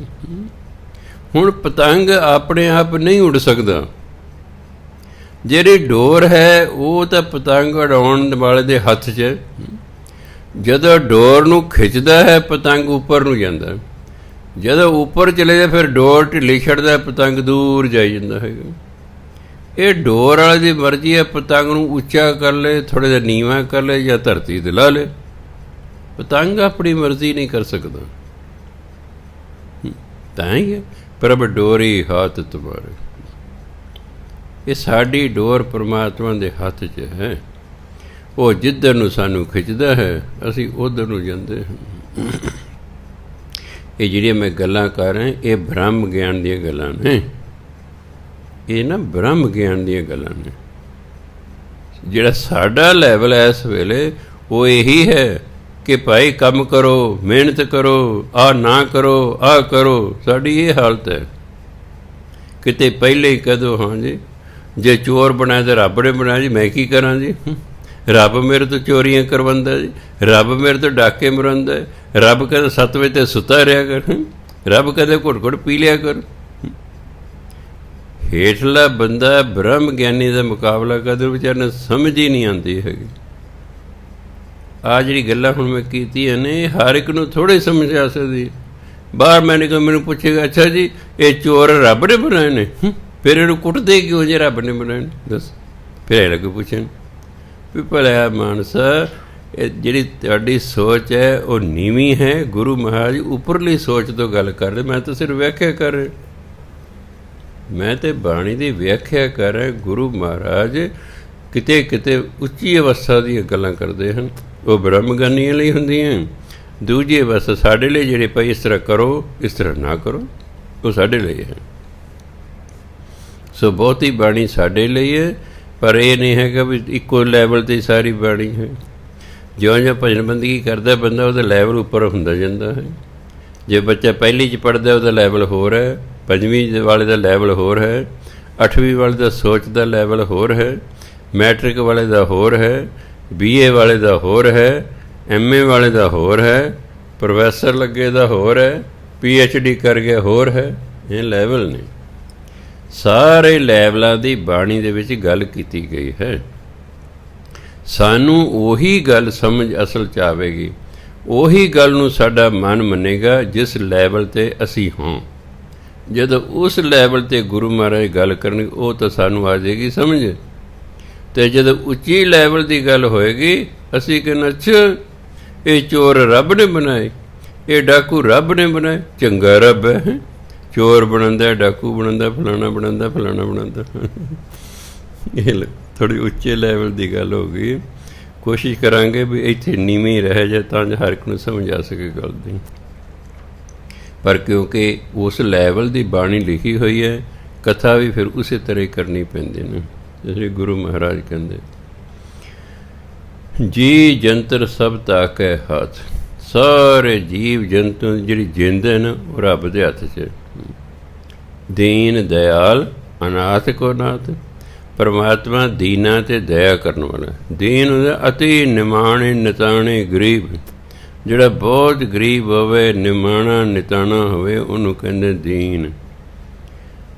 ਦੀਨ ਦਿਆਲ, ਦੀਨਾਂ 'ਤੇ ਦਇਆ ਕਰਨ ਵਾਲਾ। ਅਨਾਥ ਕੋ ਨਾਥ, ਅਨਾਥਾਂ ਦਾ ਨਾਥ। ਨਾਥ ਦਾ ਮਾਲਕ, ਜਿਹਦਾ ਕੋਈ ਨਹੀਂ ਉਹਦਾ ਮਾਲਕ। ਹੇ ਪਰਮਾਤਮਾ, ਤੂੰ ਦੀਨਾਂ 'ਤੇ ਦਇਆ ਕਰਨ ਵਾਲਾ ਹੈ, ਤੂੰ ਅਨਾਥਾਂ ਦਾ ਨਾਥ ਹੈ। ਜਿਸ ਰੱਖੈ ਤਿਸ ਕੋਈ ਨਾ ਮਾਰੈ। ਜਿਸ ਦੀ ਰੱਖਿਆ ਪਰਮਾਤਮਾ ਕਰੇ, ਉਹਨੂੰ ਕੋਈ ਨਹੀਂ ਮਾਰ ਸਕਦਾ। ਤਾਂ ਹੀ ਗੁਰੂ ਨੇ ਮਾਰੈ ਰੱਖੈ ਏਕੋ ਆਪ, ਮਾਨਸ ਕੇ ਕਿਛ ਨਾਹੀ ਹੱਥ। ਮਾਰਨ ਵਾਲਾ ਅਤੇ ਰੱਖਣ ਵਾਲਾ ਪਰਮਾਤਮਾ ਹੈ, ਮਨੁੱਖ ਦੇ ਹੱਥ 'ਚ ਕੁਛ ਨਹੀਂ ਹੈ। ਜੇ ਸਾਡੇ ਹੱਥ ਹੋਵੇ ਤਾਂ ਰਾਤੇ ਰਾਤ ਹੀ ਮਾਰ ਦੇ ਅੱਧੀ ਦੁਨੀਆ ਨੂੰ। ਸਾਡੇ ਹੱਥ ਹੋਵੇ ਤਾਂ ਉਹਦੇ ਹੱਥ 'ਚ ਜਨਮ ਮਰਨ ਉਹਦੇ ਹੱਥ ਵਿੱਚ ਹੈ। ਇਸ ਲਈ ਜਿਸ ਰੱਖੈ ਤਿਸ ਕੋਈ ਨਾ ਮਾਰੈ। ਜਿਸ ਦੀ ਪਰਮਾਤਮਾ ਰੱਖਿਆ ਕਰਦਾ, ਉਸ ਨੂੰ ਕੋਈ ਨਹੀਂ ਮਾਰ ਸਕਦਾ। ਸੋ ਮੂਆ ਜਿਸ ਮਨੋਂ ਵਿਸਾਰੈ। ਮਨੋਂ ਹਾਹੇ 'ਤੇ ਟਿੱਪੀ। ਇਹ ਮਨ ਹੋ ਨਹੀਂ ਪੜ੍ਹਨਾ, ਦੋ ਸ਼ਬਦ ਨਹੀਂ ਬਣਾ ਲੈਂਦੇ। ਮਨ ਹੋ ਹੈ ਨਹੀਂ ਪੜ੍ਹਨਾ, ਮਨੋਂ ਇੱਕੋ ਸ਼ਬਦ ਹੈ। ਹਾਹੇ 'ਤੇ ਟਿੱਪੀ ਇਸ ਲਈ ਲੱਗੀ ਹੈ, ਇਹਦਾ ਅਰਥ ਤੂੰ। ਜਦੋਂ ਕਿਸੇ ਅਰਥ ਦਾ ਭਾਵ ਤੂੰ ਹੋਵੇ, ਉਦੋਂ ਹਾਹੇ 'ਤੇ ਟਿੱਪੀ ਲੱਗਦੀ ਹੈ। ਜਿਵੇਂ ਘਰੋਂ, ਘਰ ਤੋਂ, ਸਕੂਲੋਂ, ਸਕੂਲ ਤੋਂ, ਦਫ਼ਤਰੋਂ, ਦਫ਼ਤਰ ਤੋਂ, ਮਨੋਂ, ਮਨ ਤੋਂ, ਤਨੋਂ, ਤਨ ਤੋਂ, ਇਸ ਤਰ੍ਹਾਂ ਪੜ੍ਹਿਆ ਜਾਂਦਾ। ਫਿਰ ਸੋ ਮੂਆ ਜਿਸ ਮਨੋਂ ਵਿਸਾਰੈ। ਅਸਲ 'ਚ ਤਾਂ ਮਰਿਆ ਉਹ ਹੈ ਜਿਹਨੂੰ ਪਰਮਾਤਮਾ ਆਪਣੇ ਮਨ ਤੋਂ ਵਿਸਾਰ ਦਿੰਦਾ ਹੈ। ਜਿਹਨੂੰ ਪਰਮਾਤਮਾ ਹੀ ਭੁਲਾਉਂਦਾ, ਅਸਲ ਤਾਂ ਉਹ ਮਰਿਆ ਹੋਇਆ ਹੈ। ਧਰਮ ਅਨੁਸਾਰ ਕੌਣ ਮਰਿਆ ਹੋਇਆ ਹੈ? ਜਿਹੜਾ ਨਾਮ ਨਹੀਂ ਜਪਦਾ। ਧਰਮ ਕਹਿੰਦੇ ਜਿਹੜਾ ਨਾਮ ਨਹੀਂ ਜਪਦਾ ਉਹ ਧਰਤੀ 'ਤੇ ਮੁਰਦਾ ਤੁਰਿਆ ਫਿਰਦਾ ਹੈ ਉਹ ਮੁਰਦਾ, ਪਰ ਠੀਕ ਹੈ ਤੁਰਿਆ ਫਿਰਦਾ ਹੈ। ਕਿਉਂ? ਧਰਮ ਅਨੁਸਾਰ ਅਸੀਂ ਇੱਕੋ ਹੀ ਕੰਮ ਕਰਨ ਆਏ ਹਾਂ, ਉਹ ਨਾਮ ਜਪਣਾ। ਨਾਨਕ ਏਕੋ ਹੁਕਮ ਹੈ ਸਤਿਗੁਰ ਦੀਆ ਬੁਝਾਏ ਜੀਓ। ਪਰਮਾਤਮਾ ਦਾ ਇੱਕੋ ਹੀ ਹੁਕਮ ਹੈ ਕਿ ਮੇਰਾ ਨਾਮ ਜਪਣਾ। ਅਸੀਂ ਤਾਂ ਐਕਚੁਅਲੀ ਨਾਮ ਜਪਣ ਆਏ ਹਾਂ। ਆ ਜਿਹੜੇ ਅਸੀਂ ਸੰਸਾਰਕ ਕੰਮ ਕਰ ਰਹੇ ਹਾਂ ਉਹ ਤਾਂ ਇਸ ਲਈ ਕਰ ਰਹੇ ਹਾਂ ਕਿ ਸਾਨੂੰ ਸਰੀਰ ਲੱਗਾ ਹੈ, ਅਸੀਂ ਗ੍ਰਸਥੀ ਹਾਂ, ਅਸੀਂ ਪਰਿਵਾਰ ਵਾਲੇ ਹਾਂ, ਉਹਨਾਂ ਨੂੰ ਰੋਟੀ, ਕੱਪੜਾ, ਮਕਾਨ, ਡਾਕਟਰੀ ਸਹੂਲਤਾਂ, ਵਿੱਦਿਆ, ਕਈ ਕੁਛ ਚਾਹੀਦਾ ਹੁੰਦਾ ਹੈ। ਉਹਦੇ ਲਈ ਪੈਸਾ ਚਾਹੀਦਾ, ਇਸ ਲਈ ਅਸੀਂ ਇਹ ਕੰਮ ਕਰਦੇ ਤਾਂ ਜੋ ਅਸੀਂ ਪੈਸਾ ਕਮਾ ਕੇ ਆਪਣੇ ਪਰਿਵਾਰ ਨੂੰ ਪਾਲ ਸਕੀਏ। ਪਰ ਯਾਦ ਰੱਖਣਾ, ਸਾਨੂੰ ਪਰਮਾਤਮਾ ਨੇ ਨਾਮ ਜਪਣ ਲਈ ਭੇਜਿਆ ਕਿ ਭਾਈ ਮੇਰਾ ਨਾਮ ਜਪ ਜਪ ਕੇ ਮੇਰੇ ਨਾਲ ਆ ਕੇ ਮਿਲ ਜਾਓ। ਜਦ ਤੁਸੀਂ ਮੇਰੇ ਨਾਲ ਆ ਕੇ ਮਿਲ ਜਾਓਗੇ ਤੁਹਾਡਾ ਜੰਮਣ ਮਰਨ ਦਾ ਚੱਕਰ ਹੀ ਖਤਮ ਹੋ ਜਾਏਗਾ। ਜਿੰਨਾ ਚਿਰ ਜਨਮ ਮਰਨਾ ਉਹਨਾਂ ਚਿਰ ਦੁੱਖ ਸੁੱਖ ਚੱਲੇਗਾ ਚੱਲੇਗਾ। ਗੁਰੂ ਬਣ ਕੇ ਆ ਜਾਓ, ਪੈਗੰਬਰ ਬਣ ਕੇ ਆ ਜਾਓ, ਰਿਸ਼ੀ ਮੁਨੀ ਬਣ ਕੇ ਆ ਜਾਓ, ਅਵਤਾਰ ਬਣ ਕੇ ਆ ਜਾਓ, ਤੁਹਾਡੀ ਜ਼ਿੰਦਗੀ ਦੁੱਖ ਸੁੱਖ ਤੇ ਆਉਣਗੇ ਹੀ ਆਉਣਗੇ। ਤੁਹਾਡੀ ਜ਼ਿੰਦਗੀ ਦੁੱਖ ਸੁੱਖ ਤੇ ਆਉਣਗੇ ਹੀ ਆਉਣਗੇ। ਪੰਚਮ ਪਾਤਸ਼ਾਹ ਦੇਖੋ ਕਿੰਨਾ ਅਖੀਰਲੇ ਸਮੇਂ ਉਹਨਾਂ ਨੂੰ ਦੁੱਖ ਦਿੱਤਾ ਗਿਆ। ਜੋ ਵੀ ਪੈਦਾ ਹੋਏਗਾ ਉਹ ਇੱਕ ਦਿਨ ਮਰੇਗਾ ਅਤੇ ਜਨਮ ਤੋਂ ਲੈ ਕੇ ਮਰਨ ਤੱਕ ਦੁੱਖ ਸੁੱਖ ਵੀ ਭੋਗੇਗਾ। ਇਸ ਲਈ ਪਰਮਾਤਮਾ ਕਹਿੰਦਾ ਤੁਸੀਂ ਮੇਰਾ ਨਾਮ ਜਪੋ, ਤੁਸੀਂ ਮੇਰੇ 'ਚ ਹੀ ਆ ਕੇ ਮਿਲ ਜਾਓ, ਨਿਬੜਿਆ ਕੰਮ, ਨਾ ਜਨਮ ਲਓਗੇ, ਨਾ ਮਰੋਗੇ, ਨਾ ਦੁੱਖ ਸਹੋਗੇ। ਇਹ ਹੁਣ ਅਸੀਂ ਕਰਨਾ ਬਈ। ਜੇ ਤਾਂ ਹਮੇਸ਼ਾ ਇਹ ਗੱਲ ਯਾਦ ਰਹੇ ਫਿਰ ਤਾਂ ਕੋਈ ਗੱਲ ਬਣ ਸਕਦੀ ਹੈ, ਪਰ ਇਹ ਤਾਂ ਭੁੱਲ ਭੁਲਾ ਜਾਂਦੀ ਹੈ। ਇਹਨਾਂ ਕੰਮਾਂ 'ਚ ਸਾਡੀ ਯਾਦ ਸ਼ਕਤੀ ਕਮਜ਼ੋਰ ਹੈ, ਬਾਕੀ ਕੰਮਾਂ 'ਚ ਬੜੀ ਤੇਜ਼ ਹੈ। ਬਾਕੀ ਕੰਮਾਂ 'ਚ ਬੜੀ ਤੇਜ਼ ਹੈ, ਬੜੇ ਕੰਮ ਯਾਦ ਰਹਿੰਦੇ ਨੇ। ਭਜਨ ਬੰਦਗੀ ਕਰਨੀ ਹੈ ਇਹ ਤਾਂ ਘੰਟਿਆਂ ਬੱਧੀ ਭੁੱਲੀ ਰਹਿੰਦੀ ਹੈ। ਦੋ ਕਾਰਨ ਹੁੰਦੇ ਨੇ ਵੀ ਕਿਉਂ ਭੁੱਲੀ ਰਹਿੰਦੀ ਹੈ। ਇੱਕ ਤਾਂ ਸਾਨੂੰ ਮਹਾਨਤਾ ਦਾ ਨਹੀਂ ਪਤਾ ਵੀ ਬਾਣੀ ਪੜ੍ਹਨ ਤੇ ਨਾਮ ਜਪਣ ਦੀ ਕੀ ਮਹਾਨਤਾ ਹੈ, ਇਹਦੇ ਕੀ ਲਾਭ ਨੇ। ਇੱਕ ਤਾਂ ਸਾਨੂੰ ਇਹੀ ਨਹੀਂ ਪਤਾ, ਇਹ ਨਹੀਂ ਪਤਾ। ਜੇ ਕਿਤੇ ਸਾਨੂੰ ਪਤਾ ਲੱਗ ਜੇ ਵੀ ਇਹਦੇ ਤੇ ਅਨੇਕਾਂ ਹੀ ਲਾਭ ਨੇ, ਤੇ ਲਾਭ ਤੇ ਸਾਰੇ ਚਾਹੁੰਦੇ, ਘਾਟਾ ਤੇ ਕੋਈ ਨਹੀਂ ਚਾਹੁੰਦਾ। ਫਿਰ ਤਾਂ ਬੰਦਾ ਬਾਣੀ ਪੜ੍ਹਨ ਲੱਗ ਜਾਏ, ਨਾਮ ਜਪਣ ਲੱਗ ਜਾਏ, ਉਹਨੂੰ ਲਾਭਾਂ ਦਾ ਗਿਆਨ ਹੋ ਜਾਏ, ਉਹਨੂੰ ਮਹਾਨਤਾ ਦਾ ਪਤਾ ਲੱਗ ਜਾਏ ਕਿ ਬਾਣੀ ਦੀ, ਨਾਮ ਦੀ ਕੀ ਮਹਾਨਤਾ ਹੈ, ਤਾਂ ਉਹ ਇਸ ਪਾਸੇ ਲੱਗੇਗਾ। ਬਾਣੀ ਵਾਰੀ ਵਾਰੀ ਗੁਣ ਦੱਸ ਰਹੀ ਹੈ। ਬਾਣੀ ਪੜ੍ਹਨ ਦੇ ਕੀ ਲਾਭ ਨੇ, ਨਾਮ ਜਪਣ ਦੇ ਕੀ ਲਾਭ ਨੇ, ਨਾਮ ਨਾ ਜਪਣ ਦੇ ਕੀ ਨੁਕਸਾਨ ਨੇ। ਵਾਰੀ ਵਾਰੀ ਸਾਨੂੰ ਦੱਸ ਦਈਏ ਕਿ ਕਿਸੇ ਤਰ੍ਹਾਂ ਇਹਨਾਂ ਨੂੰ ਦ੍ਰਿੜ ਹੋ ਜਾਏ ਕਿ ਭਾਈ ਕਾਹਨੂੰ ਦੁਖੀ ਹੋਈ ਨੇ, ਨਾਮ ਜਪ ਲਓ, ਸ਼ੁਭ ਕਰਮ ਕਰ ਲਓ। ਇਸ ਲਈ ਜੇ ਤਾਂ ਰਹੇ ਯਾਦ ਤੇ ਫਿਰ ਤੇ ਗੱਲ ਬਣ ਸਕਦੀ ਹੈ। ਤੇ ਜੇ ਤਜਰਬਾ ਹੀ ਨਹੀਂ ਕਰਨਾ, ਲੈ ਬਾਣੀ ਪੜ੍ਹਨਾ ਕਿੱਥੋਂ ਸੁੱਖ ਮਿਲੇਗਾ, ਸੁੱਖ ਤੇ ਮਾਇਆ ਨਾਲ ਮਿਲਦਾ। ਜੇ ਐਂ ਰੱਦ ਕਰ ਦੇਣਾ ਬਿਨਾਂ ਪ੍ਰੈਕਟੀਕਲ ਦੇ, ਕਿਸੇ ਗੱਲ ਨੂੰ ਰੱਦ ਕਰਦੇ, ਕੋਈ ਸਿਆਣਪ ਨਹੀਂ ਹੁੰਦੀ। ਆਖੇਗਾ ਜਿਹਨਾਂ ਲਿਖਿਆ ਉਹਨਾਂ ਪ੍ਰੈਕਟੀਕਲ ਕੀਤਾ ਹੋਇਆ, ਐਵੇਂ ਨਹੀਂ ਲਿਖਿਆ ਹੋਇਆ। ਸਾਡੇ ਗੁਰੂਆਂ ਨੇ ਪ੍ਰੈਕਟੀਕਲ ਕੀਤਾ ਫਿਰ ਲਿਖਿਆ। ਇਸ ਲਈ ਕੋਈ ਐਸੀ ਗੱਲ ਨਹੀਂ ਜਿਹੜੀ ਨਹੀਂ ਹੋ ਸਕਦੀ। ਗੁਰਬਾਣੀ ਕੋਈ ਅਣਹੋਣੀ ਨਹੀਂ ਲਿਖੀ ਹੋਈ ਵੀ ਇਹ ਨਹੀਂ ਹੋ ਸਕਦਾ ਜੀ। ਉਹਨਾਂ ਆਪ ਪ੍ਰੈਕਟੀਕਲ ਕੀਤਾ, ਇਸ ਲਈ ਜੋ ਲਿਖਿਆ ਉਹ ਹੋ ਸਕਦਾ ਹੈ। ਜਿਵੇਂ ਬਣ ਲੈਂਦੇ ਸਾਧ ਸਾਧ ਸਿਮਰੋ ਗੋਬਿੰਦ ਲਿਖੇ ਨਾ, ਉਹ ਜੀ ਮੈਂ ਸਵਾਸ ਸਵਾਸ ਵਾਹਿਗੁਰੂ ਵਾਹਿਗੁਰੂ ਕਰਾਂਗਾ, ਮੇਰੇ ਕੰਮ ਕੌਣ ਕਰੇਗਾ? ਮੈਂ ਜਾ ਕੇ ਬੈਂਕ 'ਚ ਕਿਵੇਂ ਕੰਮ ਕਰਾਂਗਾ? ਮੈਂ ਫਲਾਣਾ ਕਿਵੇਂ ਕੰਮ ਕਰ? ਵਾਹਿਗੁਰੂ ਨਹੀਂ ਕਰਨਾ, ਉਹ ਅੱਗੋਂ ਪ੍ਰਸ਼ਨ ਕਰੀ ਜਾਣੇ। ਜੇ ਕਈ ਵਾਰ ਕਹੇ ਇਹ ਬਾਣ ਨਾਲ ਮੈਂ ਠੀਕ ਹੋ ਜਾਵਾਂਗੀ, ਮੈਂ ਪਹਿਲਾਂ ਡਾਕਟਰ ਤੋਂ ਲਿਖਾ ਕੇ ਲਿਆ, ਉਹ ਲਿਖ ਕੇ ਦੇ ਦੇ ਤੈਨੂੰ ਅਸ਼ਟਾਮ ਤੇ ਆ ਦਵਾਈ ਲੈ ਲਾ ਤੂੰ ਠੀਕ ਹੋ ਜਾਏਂਗੀ, ਲਿਖਾ ਕੇ ਲਈ, ਫਿਰ ਮੈਂ ਲਿਖ ਕੇ ਦੇ ਦਿਆ ਕਰਾਂਗਾ। ਨਹੀਂ ਜੀ ਡਾਕਟਰ ਤਾਂ ਨਹੀਂ ਲਿਖ ਕੇ ਦਿੰਦੇ, ਫਿਰ ਮੈਂ ਗਰੰਟੀ ਲਈ ਮੈਂ। ਕੰਮ ਤੁਹਾਡਾ ਗੁਰੂ ਨੇ ਕਰਨਾ, ਬਾਣੀ ਗੁਰੂ ਹੈ। ਤੁਸੀਂ ਬਾਣੀ ਪੜ੍ਹੋ, ਆਪੇ ਗੁਰੂ ਮਹਾਰਾਜ ਕਿਰਪਾ ਕਰ ਦੇਣਗੇ। ਗਰੰਟੀਆਂ ਭਾਲਦੇ ਨੇ। ਵਕੀਲ ਕਦੇ ਗਰੰਟੀ ਲਿਖ ਕੇ ਦਿੰਦਾ ਵੀ ਹਾਂ ਮੈਂ ਤੈਨੂੰ ਜਿਤਾ ਦਾਂਗਾ? ਕਦੇ ਵੀ ਨਹੀਂ। ਕੋਈ ਡਾਕਟਰ ਗਰੰਟੀ ਨਹੀਂ ਲਿਖ ਕੇ ਦਿੰਦਾ ਕਿ ਹਾਂ ਮੈਂ ਤੈਨੂੰ ਤੰਦਰੁਸਤ ਕਰ ਦਾਂਗਾ, ਨਹੀਂ, ਕੋਈ ਨਹੀਂ ਗਰੰਟੀ ਦਿੰਦਾ। ਜੇ ਮੈਂ ਤਾਂ ਕੋਸ਼ਿਸ਼ ਕਰਾਂਗਾ, ਬਾਕੀ ਤੁਹਾਡੀ ਕਿਸਮਤ ਹੈ।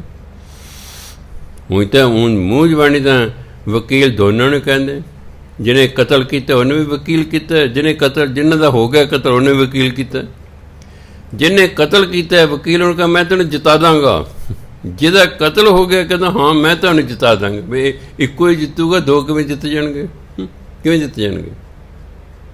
ਉਹਨਾਂ ਨੂੰ ਕਹੇ ਬੋਲ ਕਿੰਨੇ ਪੈਸੇ ਲਏਗਾ? ਮੇਰੀ ਫੀਸ ਇੰਨੇ ਲੱਖ ਹੈ, ਲਿਖ ਕੇ ਦੇ ਵੀ ਮੈਂ ਤੈਨੂੰ ਜਿਤਾ ਦਾਂਗਾ। ਕਦੇ ਵੀ ਲਿਖ ਕੇ ਦਿੰਦਾ? ਕਦੇ ਲਿਖ ਕੇ ਦਿੰਦਾ? ਇਸ ਲਈ ਇਹਨਾਂ ਚੱਕਰਾਂ 'ਚ ਨਹੀਂ ਪੈਣਾ। ਅਸੀਂ ਬਾਣੀ ਪੜ੍ਹਨੀ ਹੈ, ਨਾਮ ਜਪਣਾ ਬਸ। ਗੁਰੂ ਮਹਾਰਾਜ ਨੇ ਦੇਖਣਾ ਕਿ ਜਿਹੜਾ ਇਹਦਾ ਇਹ ਜੋ ਮੰਗ ਰਿਹਾ ਕੀ ਇਹਦੇ ਲਈ ਲਾਭਦਾਇਕ ਹੋਏਗਾ। ਜ਼ਰੂਰੀ ਨਹੀਂ ਕਿ ਜੋ ਤੁਸੀਂ ਮੰਗ ਰਹੇ ਹੋ ਤੁਹਾਡੇ ਲਈ ਬਾਅਦ 'ਚ ਲਾਭਦਾਇਕ ਹੋਵੇ। ਨੋ, ਐਸਾ ਨਹੀਂ ਹੁੰਦਾ। ਕਈ ਮੇਰੇ ਕੋਲ ਆਉਂਦੇ ਨੇ ਜੇ ਅਸੀਂ ਆਪਣੇ ਲੜਕੀ ਦੀ ਸ਼ਾਦੀ ਫਲਾਣੇ ਮੁੰਡੇ ਨਾਲ ਕਰਨਾ ਚਾਹੁੰਦੇ, ਮੈਂ ਹੁਕਮਨਾਮਾ ਲੈਣਾ, ਮੈਂ ਜੀ ਇਹਨਾਂ ਦੇ ਆਪ 'ਚ ਨਿਭਣੀ ਨਹੀਂ ਹੈਗੀ, ਵਿਆਹ ਕਰਨਾ ਕਦੋਂ ਨਿਭੇਗੀ ਨਹੀਂ। ਫਿਰ ਕਿਹੜਾ ਕਮਲਾ? ਜੇਕਰ ਨਹੀਂ ਜੀ ਕੋਈ ਪਾਠ ਦੇ ਦਿਓ ਨਿਭ ਜਾਏ ਜੀ, ਮੈਂ ਚੰਗਾ ਜੀ ਪਾਠ ਲੈ ਲਓ, ਫਿਰ ਹੋਰ ਕੀ, ਦੇਖ ਲਓ ਤਜਰਬਾ ਕਰਕੇ। ਗੁਰੂ ਮਹਾਰਾਜ ਨੇ ਤਾਂ ਨਾ ਕਰਤੀ ਹੈ, ਬਾਕੀ ਠੀਕ ਹੈ, ਤਰਲੇ ਤੁਰਲੇ ਕੱਢੋਗੇ ਕੋਈ ਗੱਲ ਬਣ ਸਕਦੀ ਹੈ। ਸੋ ਗੁਰੂ ਮਹਾਰਾਜ ਕਹਿੰਦੇ ਜਿਸ ਰਾਖੈ ਤਿਸ ਕੋਇ ਨ ਮਾਰੈ, ਸੋ ਮੂਆ ਜਿਸ ਮਨੋ ਵਿਸਾਰੈ। ਤਿਸ ਤਜ ਅਵਰ ਕਹਾਂ ਕੋ ਜਾਏ। ਕਹਾਂ ਮੈਨੇ ਕਿੱਥੇ? ਰੱਬ ਨੂੰ ਛੱਡ ਕੇ ਕੋਈ ਕਿੱਥੇ ਜਾਏਗਾ? ਸਭ ਸਿਰ ਏਕ ਨਿਰੰਜਨ ਰਾਏ। ਰਾਏ ਹੁੰਦਾ ਰਾਜਾ, ਸਾਰਿਆਂ ਦੇ ਸਿਰ 'ਤੇ ਪ੍ਰਮਾਤਮਾ ਰਾਜਾ ਹੈ। ਤੇ ਭੱਜ ਕੇ ਕੋਈ ਕਿੱਥੇ ਜਾਏਗਾ? ਉਹਦਾ ਰਾਜ ਹੈ ਕਿ ਉਹਨੇ ਤਾਂ ਬੰਦਿਆਂ ਨੂੰ ਕਿ ਫੜ ਲਓ, ਜਾਏਗਾ ਕਿੱਥੇ? ਇਹ ਮਨੁੱਖ ਪਰਮਾਤਮਾ ਨੂੰ ਛੱਡ ਕੇ ਕਿਤੇ ਨਹੀਂ ਜਾ ਸਕਦਾ, ਕਿਉਂਕਿ ਸਾਰਿਆਂ ਦਾ ਮਾਲਕ ਉਹ ਪਰਮਾਤਮਾ ਹੀ ਹੈ। ਰਾਏ ਰਾਜੇ ਨੂੰ ਕਹਿੰਦੇ, ਸਭ ਸਿਰ, ਸਾਰਿਆਂ ਦੇ ਸਿਰ 'ਤੇ ਉਹ ਪਰਮਾਤਮਾ ਰਾਜਾ ਹੈ। ਜੀ ਕੀ ਜੁਗਤ ਜਾ ਕੇ ਸਭ ਹਾਥ। ਜੀ ਆੜਾ ਲੱਗਾ ਹੈ, ਬਹੁਵਚਨ ਬਣ ਗਿਆ ਹੈ। ਜੀ ਦਾ ਮਤਲਬ ਜੀਵ, ਇਹ ਜਿਹੜਾ ਆੜਾ ਲੱਗਾ ਨਾ ਇਹ ਜੀ ਨੂੰ ਲੰਮਿਆਂ ਕਰਨ ਲਈ ਲੱਗਾ। ਜੇ ਕਈ ਥਾਂ 'ਤੇ ਘੀ ਲਿਖਿਆ, ਘੱਗਨ ਬੈਰੀ ਆੜਾ ਘੀ, ਜੀ ਐਂ ਬੋਲਣਾ।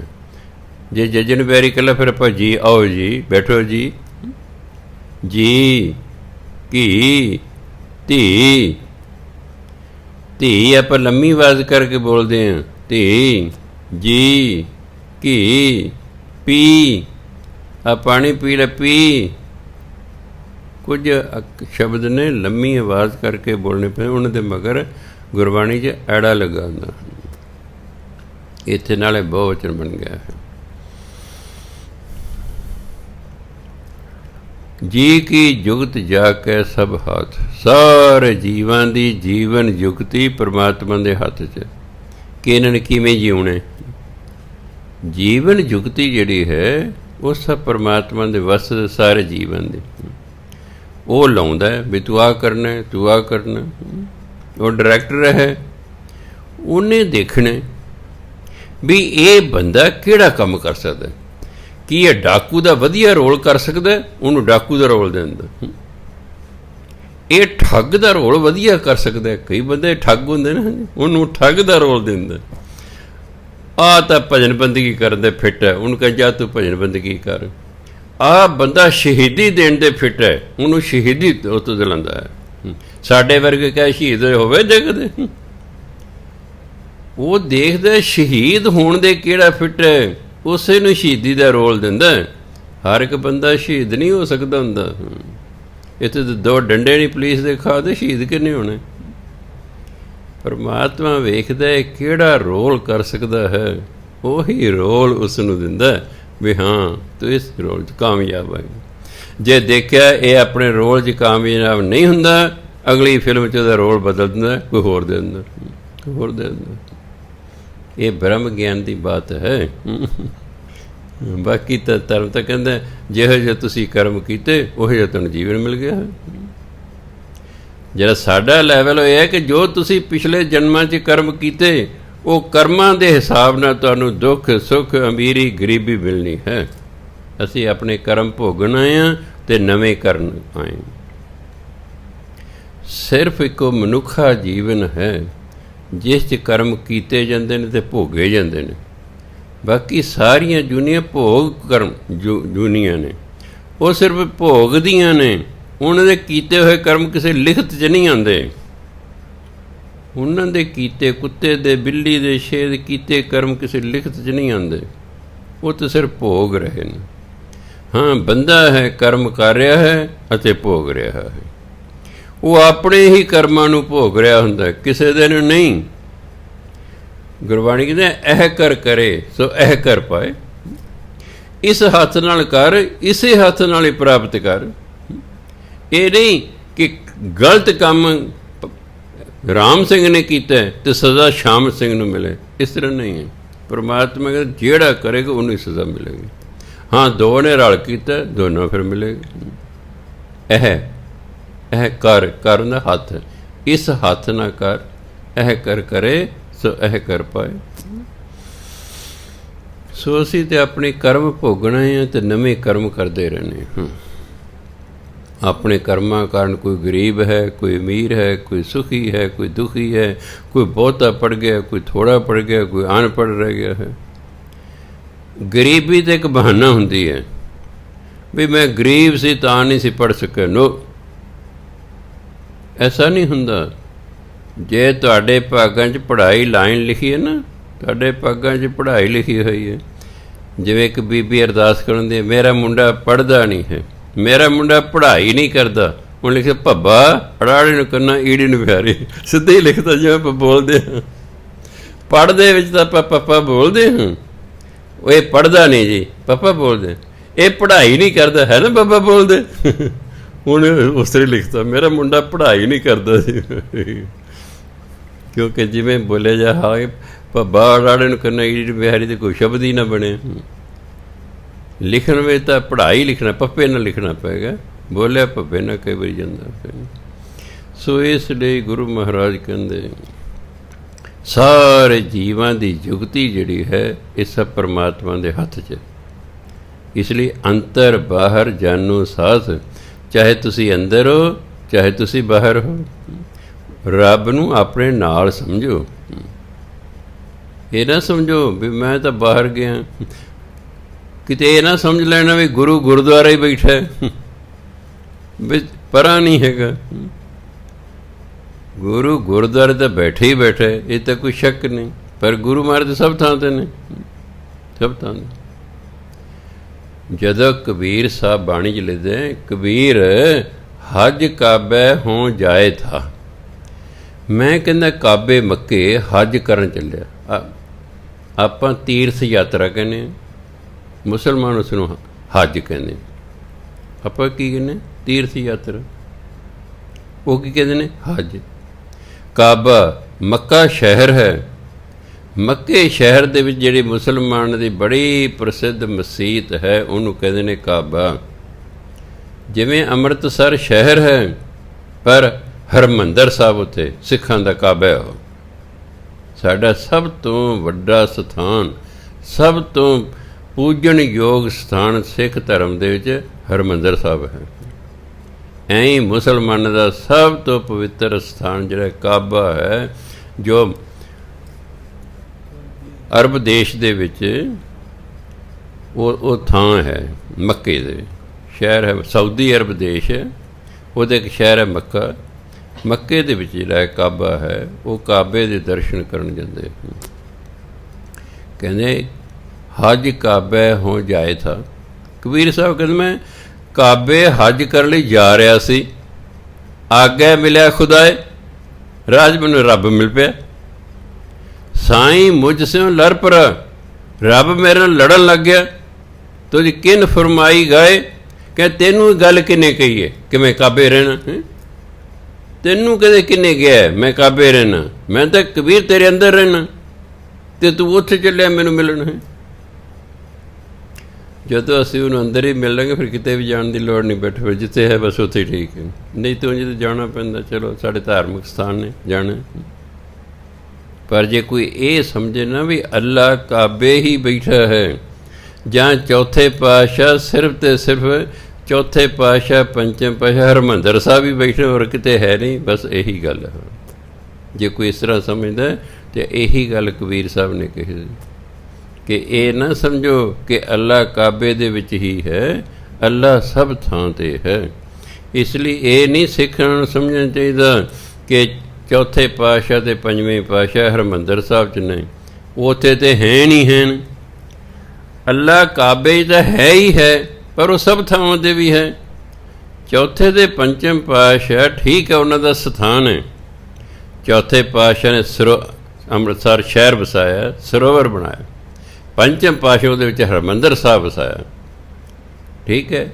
ਉਹ ਦੋਨੋਂ ਉੱਥੇ ਤਾਂ ਹੈ ਨਹੀਂ ਹਨ, ਪਰ ਇਹ ਨਹੀਂ ਹੈਗਾ ਕਿ ਚੌਥੇ ਅਤੇ ਪੰਚਮ ਪਾਤਸ਼ਾਹ ਸਿਰਫ ਹਰਿਮੰਦਰ ਸਾਹਿਬ ਨੂੰ, ਹੋਰ ਕਿਤੇ ਨਹੀਂ ਹੈਗੇ, ਉਹ ਸਭ ਥਾਂ 'ਤੇ। ਕਿਉਂਕਿ ਜਦੋਂ ਇਨਸਾਨ ਦੀ ਜੋਤ ਪਰਮਾਤਮਾ ਦੀ ਜੋਤ ਨਾਲ ਰਲ ਜਾਂਦੀ ਹੈ ਤਾਂ ਜਿਵੇਂ ਪਰਮਾਤਮਾ ਸਰਬ ਵਿਆਪਕ ਹੈ, ਇਸ ਤਰ੍ਹਾਂ ਬ੍ਰਹਮ ਗਿਆਨੀ ਵੀ ਸਰਬ ਵਿਆਪਕ ਹੋ ਜਾਂਦਾ, ਉਹ ਸਭ ਥਾਵਾਂ 'ਤੇ ਹੁੰਦਾ। ਉਹਨੂੰ ਜਿੱਥੇ ਯਾਦ ਕਰੋ, ਜਿਵੇਂ ਪਰਮਾਤਮਾ ਜਿੱਥੇ ਯਾਦ ਕਰੋ ਉੱਥੇ ਮਿਲਦਾ ਹੈ, ਐਵੇਂ ਗੁਰੂ ਮਹਾਰਾਜ ਸਾਡੀ ਅਵਸਥਾ ਉੱਚੀ ਹੋ ਜਾਏਗੀ ਨਾ, ਤੁਸੀਂ ਜਿੱਥੇ ਯਾਦ ਕਰੋਗੇ ਉਹ ਉੱਥੇ ਮਿਲ ਪੈਣਗੇ ਤੁਹਾਨੂੰ। ਇਸ ਲਈ ਸਮਝਾਇਆ ਹੈ ਅੰਤਰ ਬਾਹਰ ਜਾਨੋ ਸਾਥ, ਉਹਨੂੰ ਅੰਦਰ ਵੀ ਅਤੇ ਬਾਹਰ ਵੀ ਨਾਲ ਹੀ ਸਮਝੋ। ਗੁਣ ਨਿਧਾਨ ਬੇਅੰਤ ਅਪਾਰ, ਨਿਧਾਨ ਖਜ਼ਾਨੇ ਨੂੰ ਕਹਿੰਦੇ। ਪਰਮਾਤਮਾ ਗੁਣਾਂ ਦਾ ਖਜ਼ਾਨਾ ਹੈ। ਪਹਿਲਾਂ ਖਜ਼ਾਨੇ ਹੁੰਦੇ ਸਨ, ਇੱਕ ਵੱਡਾ ਸਾਰਾ ਕਮਰਾ ਹੁੰਦਾ ਸੀ, ਰਾਜਾ ਸੋਨਾ ਚਾਂਦੀ ਸ਼ਰਫੀਆਂ ਜੋ ਕੁਛ ਉਸ ਕਮਰੇ 'ਚ ਹੁੰਦੇ ਸੀ।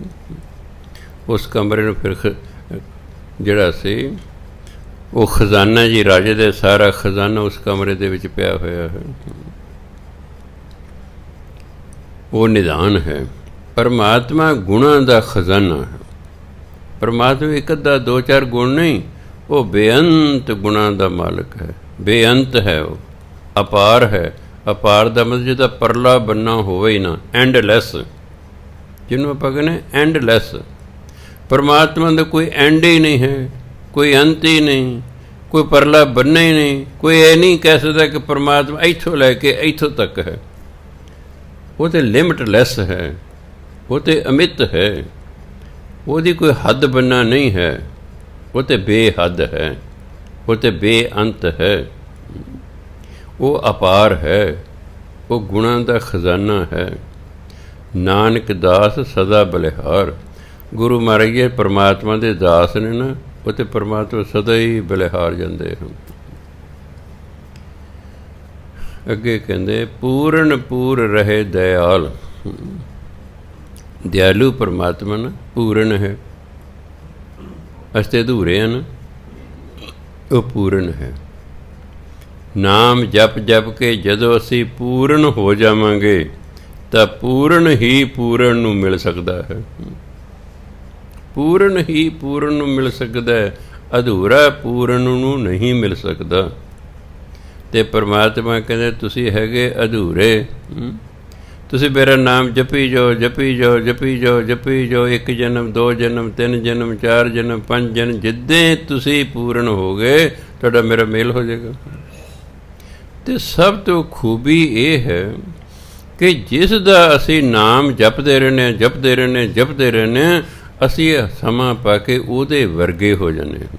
ਬਾਹਰੋਂ ਨਹੀਂ, ਬਾਹਰੋਂ ਨਹੀਂ, ਬਾਹਰੋਂ ਤਾਂ ਸਾਡਾ ਸਰੀਰ ਹੈ ਅਤੇ ਪਰਮਾਤਮਾ ਦਾ ਸਰੀਰ ਕੋਈ ਨਹੀਂ। ਬਾਹਰੀ ਮੇਲ ਦੀ ਕੋਈ ਬਹੁਤੀ ਮਹਾਨਤਾ ਨਹੀਂ ਹੁੰਦੀ। ਧਨ ਫਿਰ ਇਹ ਨਾ ਆਖੀਆਂ ਬਹਿਨ ਇਕੱਠੇ ਹੋਏ, ਦੋ ਪਤੀ ਪਤਨੀ ਇਕੱਠੇ ਬੈਠੇ ਨੇ, ਅਸਲ 'ਚ ਪਤੀ ਪਤਨੀ ਨਹੀਂ ਕਹੇ ਜਾ ਸਕਦੇ। ਧਨ ਫਿਰ ਕਹੀਆਂ ਨਾਨਕ ਉਹਨਾਂ ਨੂੰ ਕਿਹਾ ਜਾਂਦਾ ਹੈ, ਏਕ ਜੋਤ ਦੋਏ ਮੂਰਤੀ ਧਨ ਫਿਰ ਕਹੀਆਂ ਸੋਏ। ਜੋਤ ਇੱਕੋ, ਵਿਚਾਰ ਇੱਕੋ ਹੋਣ, ਇੱਕੋ ਜਿਹੇ ਸਰੀਰ ਭਾਵੇਂ ਦੋ ਹੋਣ। ਪਤੀ ਪਤਨੀ ਨੇ ਸਰੀਰ ਤੇ ਦੋ ਹੀ ਨੇ ਨਾ, ਪਰ ਜਦੋਂ ਸੁਭਾਅ ਦੋਨਾਂ ਦਾ ਇੱਕ ਸਾਰ ਹੋ ਜਾਏਗਾ, ਸਮਝੋ ਅਸਲ 'ਚ ਹੁਣ ਪਤੀ ਪਤਨੀ ਨੇ। ਦੇਖਣ ਨੂੰ ਇੱਕ ਬੰਦਾ ਭਗਤੀ ਕਰ ਰਿਹਾ ਹੈ, ਪਰਮਾਤਮਾ ਦੀ ਕਰ ਰਿਹਾ ਹੈ ਭਗਤੀ। ਇੱਕ ਪਰਮਾਤਮਾ ਹੈ, ਇੱਕ ਭਗਤ ਹੈ, ਦੋ ਨੇ। ਭਗਤੀ ਕਰਦਿਆਂ ਕਰਦਿਆਂ ਕਰਦਿਆਂ ਕਰਦਿਆਂ ਜਦੋਂ ਭਗਤ ਦਾ ਸੁਭਾਅ ਬਿਲਕੁਲ ਪਰਮਾਤਮਾ ਵਰਗਾ ਹੋ ਜਾਏਗਾ, ਇਹਨਾਂ ਦੋਨਾਂ ਦਾ ਆਪਸ 'ਚ ਮੇਲ ਹੋ ਜਾਏਗਾ, ਫਿਰ ਏਕ ਜੋਤ ਹੋ ਜਾਏਗੀ। ਫਿਰ ਪਹਿਲਾਂ ਦੋ ਜੋਤਾਂ ਨੇ, ਫਿਰ ਇੱਕੋ ਜੋਤ ਹੋ ਜਾਏਗੀ। ਦੇਖਣ ਨੂੰ ਦੋ ਹੀ ਰਹਿਣਗੇ, ਇੱਕ ਭਗਤ ਰਹੇਗਾ, ਇੱਕ ਰੱਬ ਰਹੇਗਾ, ਪਰ ਜੋਤ ਇੱਕ ਹੋ ਜਾਏਗੀ ਦੋਨਾਂ ਦੀ। ਇਸ ਲਈ ਕਹਿੰਦੇ ਪੂਰਨ ਪੂਰ ਰਹੇ ਦਇਆਲ। ਦਿਆਲੂ ਪਰਮਾਤਮਾ ਪੂਰਨ ਹੈ, ਅਤੇ ਪੂਰ ਰਹੇ ਦਾ ਮਤਲਬ ਸਭ ਥਾਂ 'ਤੇ ਵਿਆਪਕ ਹੈ, ਸਭ ਥਾਂ 'ਤੇ ਵਸਦਾ ਹੈ। ਕੋਈ ਐਸੀ ਥਾਂ ਨਹੀਂ ਜਿੱਥੇ ਪਰਮਾਤਮਾ ਨਹੀਂ ਵਸਦਾ। ਸਭ ਉੱਪਰ ਹੋਵਤ ਕਿਰਪਾਲ, ਉਹ ਤਾਂ ਸਾਰਿਆਂ 'ਤੇ ਕਿਰਪਾਲੂ ਹੈ, ਉਹ ਸਾਰਿਆਂ 'ਤੇ ਕਿਰਪਾਲੂ ਹੈ। ਮੰਨ ਲਓ ਸਾਡੀ ਕਲੋਨੀ 'ਚ ਮੀਂਹ ਪਿਆ, ਮੇਰੇ ਘਰ 'ਤੇ ਵੀ ਪਿਆ, ਖੱਬੇ ਘਰ 'ਤੇ ਵੀ ਪਿਆ, ਸੱਜੇ ਘਰ 'ਤੇ ਵੀ ਪਿਆ ਹੈ। ਖੱਬੇ ਅਤੇ ਸੱਜੇ ਦੀਆਂ ਬਾਲਟੀਆਂ ਵਿਹੜੇ 'ਚ ਸਿੱਧੀਆਂ ਨੇ, ਮੇਰੀ ਬਾਲਟੀ ਮੁੱਧੀ ਹੈ। ਮੈਂ ਕਹਾਂ ਜੀ ਮੇਰੀ ਬਾਲਟੀ ਤਾਂ ਭਰੀ ਨਹੀਂ, ਇਹਨਾਂ ਦੀਆਂ ਭਰ ਗਈਆਂ ਨੇ। ਚੰਗਾ ਪਰਮਾਤਮਾ, ਇਹਨਾਂ ਦੀਆਂ ਬਾਲਟੀਆਂ ਭਰ ਗਈਆਂ, ਮੇਰੀ ਤਾਂ ਭਰੀ ਨਹੀਂ। ਪਰਮਾਤਮਾ ਤੇਰੀ ਬਾਲਟੀ ਮੁੱਧੀ ਹੈ, ਭਰੇਗੀ ਕੀ? ਭਰੇਗੀ ਕੀ? ਪਰਮਾਤਮਾ ਨੇ ਬਖਸ਼ਿਸ਼ ਕੀਤੀ, ਮੀਂਹ ਪਾਇਆ, ਤਿੰਨਾਂ ਘਰਾਂ 'ਤੇ ਪਾਇਆ, ਇੱਕੋ ਜਿਹੀ ਕੀਤੀ। ਇੱਕ ਦੀ ਬਾਲਟੀ ਮੁੱਧੀ ਸੀ, ਉਹ ਬਖਸ਼ਿਸ਼ ਉਸ 'ਤੇ ਨਹੀਂ ਹੋਈ, ਕਿਉਂਕਿ ਬਖਸ਼ਿਸ਼ ਦਾ ਪਾਤਰ ਹੀ ਨਹੀਂ ਹੈ। ਤੁਸੀਂ ਦੇਖ ਲੈਣੀ ਹੈ, ਵਿਚਾਲਾ ਡੂੰਘਾ ਕਰ ਦੇ ਨਾ ਹੱਥ, ਐਂ ਕਦੇ ਨਹੀਂ ਲਈ, ਪੁੱਠੇ ਹੱਥਾਂ ਦੇ ਕਿਸੇ ਨੇ ਕਦੇ ਦੇਖ ਲਈ। ਜੇ ਕਿਤੇ ਕੋਈ ਪੁੱਠੇ ਹੱਥ ਕਰ ਵੀ ਲੈ ਦੇਖ ਲੈਣ ਲਈ, ਤਾਂ ਕਹੇਗਾ ਇਹ ਪਾਗਲ ਹੈ। ਉਹਨੂੰ ਕਹੇ ਭਾਈ ਹੱਥ ਸਿੱਧੇ ਕਰੋ। ਜੇ ਬਿਲਕੁਲ ਸਿੱਧੇ ਹੋਣ ਤਾਂ ਵੀ ਡੁੱਲਣ ਦਾ ਖਤਰਾ ਰਹਿੰਦਾ ਚੀਜ਼ ਦਾ। ਜਦੋਂ ਆਪਾਂ ਕੋਈ ਚੀਜ਼ ਲੈਂਦੇ ਹਾਂ, ਉਦੋਂ ਫਿਰ ਨੀਵੇਂ ਕਰ ਲੈਂਦੇ ਹਾਂ ਹੱਥ। ਪਾਣੀ ਟੋਇਆਂ 'ਚ ਖਲੋਂਦਾ, ਪਹਾੜਾਂ 'ਤੇ ਨਹੀਂ ਖਲੋਂਦਾ। ਮੀਂਹ ਪਹਾੜਾਂ 'ਤੇ ਪੈਂਦਾ, ਆਉਂਦਾ ਨੀਵੇਂ ਥਾਂ 'ਤੇ। ਕਿਉਂ? ਉਹ ਪਹਾੜ ਨੇ, ਉਹਨਾਂ ਦੇ ਅੰਦਰ ਹਉਮੈ ਹੈ, ਉੱਚੇ ਨੇ।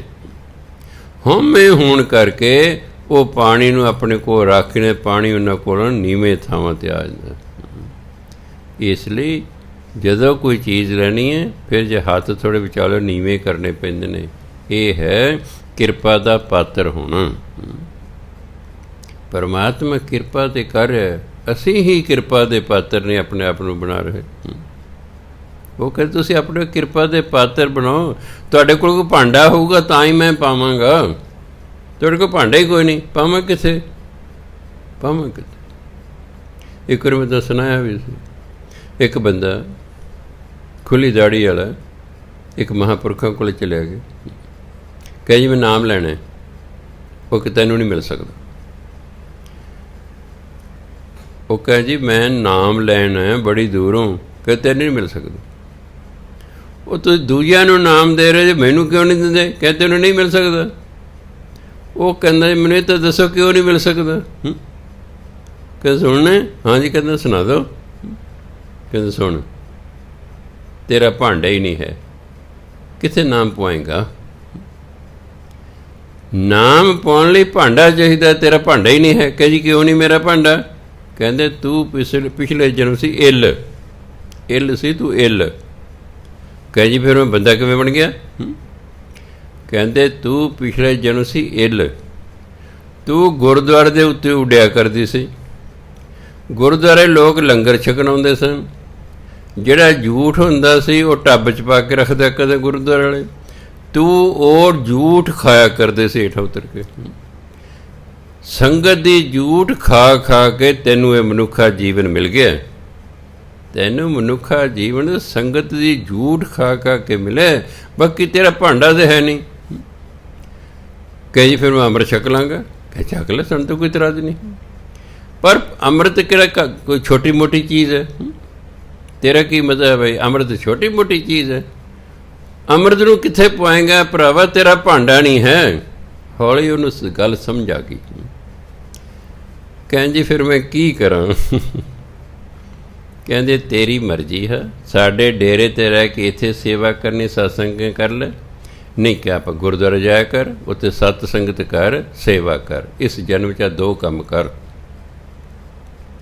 ਤੈਨੂੰ ਨਾਮ ਜਪਣ ਦੀ ਲੋੜ ਨਹੀਂ, ਕਿਉਂਕਿ ਤੂੰ ਨਾਮ ਦਾ ਅਧਿਕਾਰੀ ਹੀ ਨਹੀਂ ਹੈ। ਨਾਮ ਵੀ ਉਹਨਾਂ ਨੂੰ ਮਿਲਦਾ ਹੈ ਜੇ ਨਾਮ ਦੇ ਅਧਿਕਾਰੀ ਹੁੰਦੇ ਨੇ। ਕਿ ਤੂੰ ਤਾਂ ਨਾਮ ਦਾ ਅਧਿਕਾਰੀ ਨਹੀਂ, ਇਸ ਲਈ ਤੈਨੂੰ ਨਾਮ ਨਹੀਂ ਮਿਲਣਾ ਇਸ ਜਨਮ 'ਚ। ਤੂੰ ਸਤ ਸੰਗਤ ਕਰ ਅਤੇ ਸੇਵਾ ਕਰ। ਹਾਂ, ਅਗਲਾ ਜਨਮ ਫਿਰ ਤੈਨੂੰ ਜਦੋਂ ਮਨੁੱਖਾ ਮਿਲੇਗਾ, ਆਪੇ ਹੀ ਤੈਨੂੰ ਨਾਮ ਮਿਲ ਜਾਏਗਾ। ਤੈਨੂੰ ਕਿਸੇ ਤਰਲੇ ਕੱਢਣ ਦੀ ਲੋੜ ਨਹੀਂ ਪਏਗੀ, ਆਪੇ ਪਰਮਾਤਮਾ ਢੋ ਟਕਾਏਗਾ, ਤੈਨੂੰ ਨਾਮ ਮਿਲ ਜਾਏਗਾ। ਸੋ ਪਰਮਾਤਮਾ ਦੀ ਤਾਂ ਕਿਰਪਾ ਹੋ ਰਹੀ ਹੈ। ਸਭ ਉੱਪਰ ਹੋਵੇ ਤੇ ਕਿਰਪਾਲ, ਉਹ ਤਾਂ ਸਾਰਿਆਂ 'ਤੇ ਕਿਰਪਾਲੂ ਹੈ। ਸਾਡਾ ਹੀ ਭਾਂਡਾ ਕੋਈ ਨਹੀਂ ਹੈ ਜੇ ਤਿਆਰ, ਜਿਸ 'ਚ ਅਸੀਂ ਉਹਦੀ ਕਿਰਪਾ ਨੂੰ ਪਵਾ ਸਕੀਏ। ਆਪਣੇ ਕਰਤੱਵ ਜਾਣੈ ਆਪ। ਕਰਤੱਵ ਹਿੰਦੀ 'ਚ ਕਹਿੰਦੇ ਕਰਤੱਵਯ ਹੈ। ਆਪਣੇ ਕੰਮਾਂ ਨੂੰ ਉਹ ਆਪ ਜਾਣਦਾ ਹੈ। ਹਲਕੇ ਇਹਦਾ ਕਰਤੱਵ ਹੈ ਜੀ। ਕਈ ਵਾਰੀ ਕੌਤਕਾਂ ਨੂੰ ਵੀ ਕਰਤੱਵ ਕਹਿੰਦੇ। ਜ਼ਿੰਮੇਦਾਰੀ ਕਰਤੱਵ ਵਿਖਾਉਂਦਾ ਹੈ। ਐਸੀਆਂ ਚੀਜ਼ਾਂ ਵਿਖਾਉਂਦਾ, ਬੰਦਾ ਹੈਰਾਨ ਹੋ ਜਾਂਦਾ ਵੀ ਹੈ। ਇਸ ਤਰ੍ਹਾਂ ਪਰਮਾਤਮਾ ਆਪਣੇ ਕਰਤੱਵਾਂ ਨੂੰ ਆਪੇ ਹੀ ਜਾਣਦਾ ਹੈ। ਅੰਤਰਜਾਮੀ ਰਹਿਓ ਵਿਆਪ। ਉਹ ਅੰਤਰਜਾਮੀ ਹੈ। ਪਰਮਾਤਮਾ ਅੰਤਰਜਾਮੀ ਹੈ। ਘਟ ਘਟ ਵਾਸੀ, ਸਰਬ ਨਿਵਾਸੀ, ਨੇਰੇ ਹੁੰਦੇ ਨੇਰਾ। ਉਹ ਸਾਰਿਆਂ ਦੇ ਵਿੱਚ ਵਸਦਾ ਹੋਣ ਕਰਕੇ ਉਹ ਅੰਤਰਜਾਮੀ, ਅੰਦਰ ਦੀਆਂ ਜਾਣਨ ਵਾਲੇ ਨੂੰ ਕਹਿੰਦੇ ਅੰਤਰਜਾਮੀ। ਸਪੋਜ਼ ਕਰੋ ਕੋਈ ਇੱਥੇ ਬੰਦਾ ਆ ਕੇ ਅਰਦਾਸ ਕਰਦਾ ਖੜ੍ਹੇ ਹੋ ਕੇ, ਅਤੇ ਮੇਰੀ ਅੰਤਰਯਾਮਤਾ ਫਰਕ ਮੈਨੂੰ ਖੁੱਲ੍ਹ ਗਈ, ਪ੍ਰਾਪਤ ਹੋ ਗਈ, ਤਾਂ ਮੈਨੂੰ ਪਤਾ ਲੱਗ ਜਾਏਗਾ ਇਸ ਵੇਲੇ ਮਨ 'ਚ ਕੀ ਅਰਦਾਸ ਕਰ ਰਿਹਾ। ਜਿਹੜਾ ਅੰਤਰਜਾਮੀ ਹੁੰਦਾ ਉਹਨੂੰ ਦੂਜੇ ਦੇ ਮਨ ਦਾ ਪਤਾ ਲੱਗ ਜਾਂਦਾ ਵੀ ਇਸ ਵੇਲੇ ਕੀ ਅਰਦਾਸ ਕਰ ਰਿਹਾ, ਜਾਂ ਇਹ ਕਿਸ ਭਾਵਨਾ ਨੂੰ ਲੈ ਕੇ ਆਇਆ।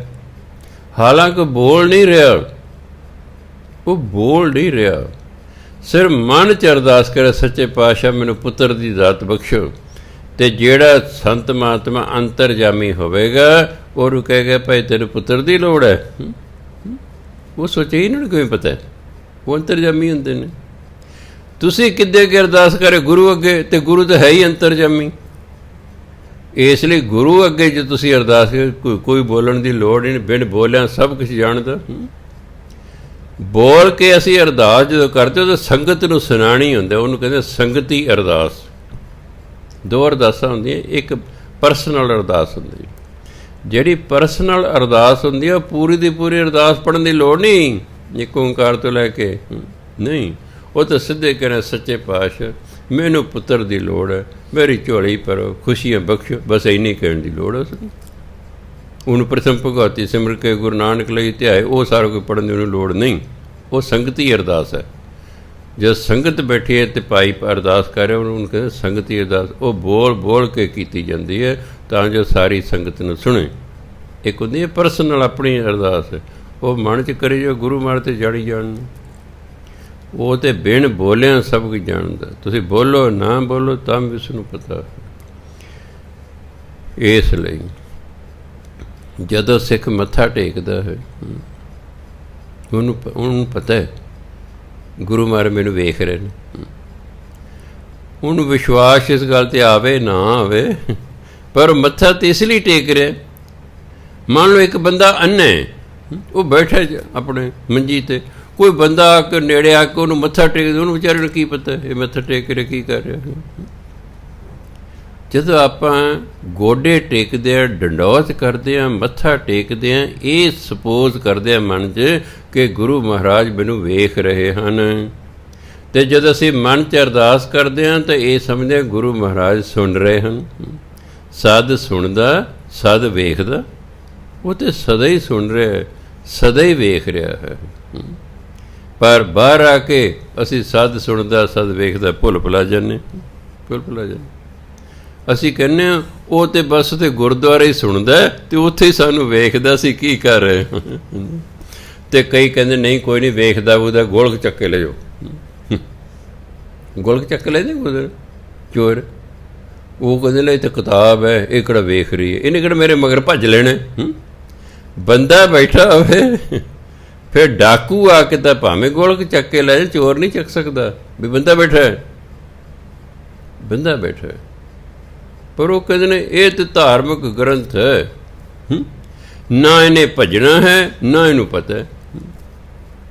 ਜੇ ਕਿਤੇ ਉਹਨੂੰ ਪਵੇ ਵੀ ਹਾਂ ਇਹਨੂੰ ਪਤਾ ਹੈ ਅਤੇ ਇਹਨੇ ਹਿਸਾਬ ਕਿਤਾਬ ਕਰਨਾ, ਇਹਨੇ ਤੇਰੇ ਮਗਰ ਭੱਜਣਾ ਨਹੀਂ ਹੈਗਾ।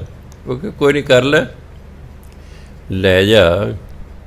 ਜਿਹੜਾ ਬੰਦਾ ਹੁਣ ਧਿਆਨ ਦੇਣਾ, ਤੁਸੀਂ ਮੱਥਾ ਟੇਕਿਆ ਗੁਰੂ ਮਹਾਰਾਜ ਗੋਲਕ 'ਚ ਪੈਸੇ ਪਾਤੇ, ਇਹ ਹੁਣ ਪੈਸੇ ਕਿਹਦੇ ਹੋ ਗਏ? ਗੁਰੂ ਦੇ। ਕੋਈ ਬੰਦਾ ਕਿਸੇ ਦੇ ਘਰ ਚੋਰੀ ਕਰਦਾ ਤੇ ਹੋ ਸਕਦਾ ਗੁਰੂ ਕੋਲ ਆ ਕੇ ਮੁਆਫੀ ਮੰਗ ਲੈ, ਸੱਚੇ ਪਾਤਸ਼ਾਹ ਮੇਰੇ ਤੋਂ ਗਲਤੀ ਹੋ ਗਈ, ਮੈਨੂੰ ਮਾਫ਼ ਕਰਦਾ, ਅੱਗੇ ਤੋਂ ਨਹੀਂ ਕਰਦਾ, ਉਹਦਾ ਮਾਫ਼ ਕਰਦਾ। ਜਿਹੜਾ ਗੁਰੂ ਦੇ ਪੈਸੇ ਚੱਕ ਕੇ ਲੈ ਗਿਆ ਉਹਨੂੰ ਕਿੱਥੋਂ ਮਾਫ਼ੀ ਮਿਲੇਗੀ ਬਈ? ਤੁਸੀਂ ਆਪ ਸੋਚੋ। ਕਿਸੇ ਦੇ ਘਰ ਚੋਰੀ ਕੀਤੀ ਤੇ ਅਗਲਾ ਗੁਰੂ ਤੋਂ ਆ ਕੇ ਮਾਫ਼ੀ ਮੰਗ ਸਕਦਾ ਹੈ, ਤੇ ਜੇ ਗੁਰੂ ਦੀ ਗੋਲਕ ਚੱਕ ਕੇ ਲੈ ਕੇ ਤੁਸੀਂ ਗੁਰੂ ਦੇ ਪੈਸੇ ਚੋਰੀ ਕਰਦੇ ਹੋ ਤਾਂ ਫਿਰ ਕਿੱਥੇ ਛੁਟਕਾਰਾ ਹੋਣਾ? ਜਦੋਂ ਧਰਮਰਾਜ ਦੇ ਜਾਣ ਉਹਨੇ ਕਿਹਾ ਇਹਨੂੰ ਤਾਂ ਪਾ ਲਓ ਲੰਮਿਆਂ, ਇਹਨੂੰ ਤਾਂ ਗੁਰੂ ਨੂੰ ਨਹੀਂ ਛੱਡਿਆ। ਜਿਹੜਾ ਸਿੱਖ ਗੁਰੂ ਨੂੰ ਨਹੀਂ ਛੱਡਦਾ ਹੈ ਉਹ ਸਾਨੂੰ ਤੁਹਾਨੂੰ ਕਿੱਥੇ ਛੱਡੇਗਾ? ਉਹਨਾਂ ਨੂੰ ਗਿਆਨ ਨਹੀਂ ਹੈ, ਉਹ ਵਿਚਾਰੇ ਅਗਿਆਨੀ ਨੇ, ਉਹਨਾਂ ਨੂੰ ਗਿਆਨ ਹੀ ਨਹੀਂ ਕਿ ਸਾਡਾ ਤਾਂ ਛੁਟਕਾਰਾ ਹੀ ਨਹੀਂ ਹੋਣਾ। ਕਿਉਂਕਿ ਗੁਰ ਪੀਰ ਹਮ ਤਾਂ ਪਰੈ ਜਾਂ ਮੁਰਦਾਰ ਨਾ ਖਾਏ।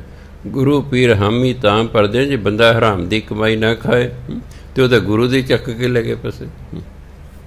ਏਡੋ ਵੱਡੀ ਅਗਿਆਨਤਾ ਹੋਰ ਮਨੁੱਖ ਦੀ ਕੀ ਹੋ ਸਕਦੀ ਹੈ? ਸੋ ਉਹ ਤਾਂ ਸਾਰੇ ਥਾਵਾਂ ਅੰਤਰਜਾਮੀ ਹੈ, ਸਭ ਥਾਵਾਂ 'ਤੇ ਵਿਆਪਕ ਹੈ। ਪ੍ਰਤਪਾਲੈ ਜੀਵਨ ਬਹੁ ਭਾਂਤ, ਉਹ ਕਈ ਤਰੀਕਿਆਂ ਨਾਲ ਜੀਵਾਂ ਦੀ ਪਾਲਣਾ ਪੋਸ਼ਣਾ ਕਰਦਾ ਹੈ। ਇਹਨੂੰ ਪ੍ਰਤਪਾਲੈ ਨਹੀਂ ਪੜ੍ਹਨਾ, ਇਹ ਪ੍ਰਤੀਪਾਲੈ। ਪੱਪਾ ਰਾਰੇ ਤੇ ਅਦਕ ਤੱਤੇ ਨੂੰ ਸਿਆਰੀ, ਇਸ ਤਰ੍ਹਾਂ ਪੜ੍ਹਨਾ। ਪ੍ਰਤੀ ਲੰਮੀ ਆਵਾਜ਼ ਵੀ ਨਹੀਂ ਕਰਨੀ, ਸਿਆਰੀ ਹੈ ਛੋਟੀ ਆਵਾਜ਼ ਰੱਖਣੀ। ਪ੍ਰਤੀਪਾਲੈ, ਪ੍ਰਤੀ ਹੁੰਦਾ ਬਹੁਤ ਚੰਗੀ ਤਰ੍ਹਾਂ, ਪਾਲੈ ਹੁੰਦਾ ਪਾਲਣਾ ਪੋਸ਼ਣਾ ਕਰਦਾ। ਪਰਮਾਤਮਾ ਜੀਵਾਂ ਦੀ ਕਈ ਤਰੀਕਿਆਂ ਨਾਲ ਬਹੁ ਭਾਂਤ ਕਈ ਤਰੀਕਿਆਂ ਨਾਲ ਪਾਲਣਾ ਪੋਸ਼ਣਾ ਕਰਦਾ ਹੈ। ਜੋ ਜੋ ਰਚਿਓ ਸੋ ਤਿਸੈ ਧਿਆਤ। ਜਿਹੜਾ ਵੀ ਪਰਮਾਤਮਾ ਨੇ ਬਣਾਇਆ ਹੈ ਉਹੀ ਪਰਮਾਤਮਾ ਨੂੰ ਧਿਆਉਂਦਾ ਹੈ। ਧਿਆਤ ਮੈਨੇ ਧਿਆਉਂਦਾ ਹੈ। ਜੋ ਜੋ ਰਚਿਓ, ਜਿਸ ਨੂੰ ਵੀ ਪਰਮਾਤਮਾ ਨੇ ਬਣਾਇਆ ਹੈ ਸੋ ਉਹੀ ਤਿਸੈ ਧਿਆਤ, ਉਸ ਪਰਮਾਤਮਾ ਨੂੰ ਧਿਆਉਂਦਾ ਹੈ। ਜਿਸ ਭਾਵੈ ਤਿਸ ਲੈ ਮਿਲਾਏ। ਜਿਹਨੂੰ ਪਰਮਾਤਮਾ ਠੀਕ ਸਮਝਦਾ ਆਪਣੇ ਨਾਲ ਮਿਲਾ ਲੈਂਦਾ ਹੈ। ਜਿਸ ਭਾਵੈ, ਜਿਹਨੂੰ ਪਰਮਾਤਮਾ ਠੀਕ ਸਮਝਦਾ ਹੈ, ਜਿਹਨੂੰ ਪਰਮਾਤਮਾ ਚਾਹੁੰਦਾ ਹੈ ਉਹਨੂੰ ਆਪਣੇ ਨਾਲ ਮਿਲਾ ਲੈਂਦਾ ਹੈ। ਫਿਰ ਜਿਹੜਾ ਨਾਲ ਮਿਲ ਜਾਂਦਾ ਹੈ ਭਗਤ ਕਰੈ। ਖਿਆਲ ਰੱਖਣਾ, ਭਾਵੇਂ ਸਪੈਲਿੰਗ ਕਰਹਿ ਵਾਲੇ ਹਨ ਪਰ ਉੱਪਰ ਆਇਆ ਜਿਸ, ਸਸੇ ਨੂੰ ਉਕਲ ਜਿਸ, ਇੱਕ ਵਚਨ ਹੈ। ਜਿਸ ਤਿਸ ਜਿਹੜਾ ਹੈ ਇਹ ਇੱਕ ਵਚਨ ਹੈ। ਜੇ ਕਹਿੰਦਾ ਜਿਨ੍ਹਾਂ ਨੂੰ ਪਰਮਾਤਮਾ ਚੰਗਾ ਸਮਝਦਾ ਉਹਨਾਂ ਨੂੰ ਆਪਣੇ ਨਾਲ ਮਿਲਾ ਲੈਂਦਾ ਹੈ, ਫਿਰ ਆਪਾਂ ਕਹਿੰਦੇ ਭਗਤ ਕਰੈ ਹਰਿ ਕੇ ਗੁਣ ਗਾਏ। ਫਿਰ ਕਹਿਣਾ ਸੀ ਉਹ ਤਾਂ ਜਿਸ ਭਾਵੈ ਤਿਸ ਲੈ ਮਿਲਾਏ। ਜਿਸ ਨੂੰ ਪਰਮਾਤਮਾ ਚਾਹੁੰਦਾ ਹੈ ਉਸ ਨੂੰ ਆਪਣੇ ਨਾਲ ਮਿਲਾ ਲੈਂਦਾ ਹੈ, ਅਤੇ ਜਿਹਨੂੰ ਪਰਮਾਤਮਾ ਆਪਣੇ ਨਾਲ ਮਿਲਾ ਲੈਂਦਾ ਹੈ ਗੁਰੂ ਮਹਾਰਾਜ ਭਗਤ ਕਰੈ। ਖਿਆਲ ਰੱਖਣਾ, ਇਹਨੂੰ ਪੜ੍ਹਨਾ ਭਗਤ ਕਰੈ ਹਰਿ ਕੇ ਗੁਣ ਗਾਏ। ਉਹ ਭਗਤੀ ਕਰਦਾ ਹੈ ਅਤੇ ਹਰੀ ਦੇ ਗੁਣ ਗਾਉਂਦਾ ਹੈ। ਮਨ ਅੰਤਰ ਵਿਸ਼ਵਾਸ ਕਰ ਮਾਨੇ। ਵਿਸ਼ਵਾਸ ਨਹੀਂ ਕਈ ਵਾਰੀ ਆਉਂਦਾ। ਬਾਣੀ ਦੀ ਕਈ ਗੱਲਾਂ 'ਤੇ ਮਨੁੱਖ ਨੂੰ ਵਿਸ਼ਵਾਸ ਹੀ ਨਹੀਂ ਆ ਰਿਹਾ। ਪਰ ਮਨ ਅੰਤਰ, ਮਨ ਦੇ ਵਿੱਚ ਵਿਸ਼ਵਾਸ ਰੱਖ ਕੇ ਜਿਸਨੇ ਪਰਮਾਤਮਾ ਨੂੰ ਮੰਨ ਲਿਆ। ਕਰਨਹਾਰ ਨਾਨਕ ਇੱਕ ਜਨ, ਉਹ ਪਰਮਾਤਮਾ ਜੋ ਕਰਨਹਾਰ ਹੈ, ਜੋ ਸਭ ਨੂੰ ਬਣਾਉਣ ਵਾਲਾ ਹੈ, ਜੋ ਰਚਨਹਾਰ ਹੈ, ਜੋ ਕਰਤਾ ਹੈ, ਜਿਸ ਨੇ ਮਨ 'ਚ ਵਿਸ਼ਵਾਸ ਰੱਖ ਕੇ ਪਰਮਾਤਮਾ ਨੂੰ ਮੰਨ ਲਿਆ ਨਾ। ਦੇਖੋ, ਇੱਕ ਹੁੰਦਾ ਸੁਣਨਾ, ਇੱਕ ਹੁੰਦਾ ਮੰਨਣਾ।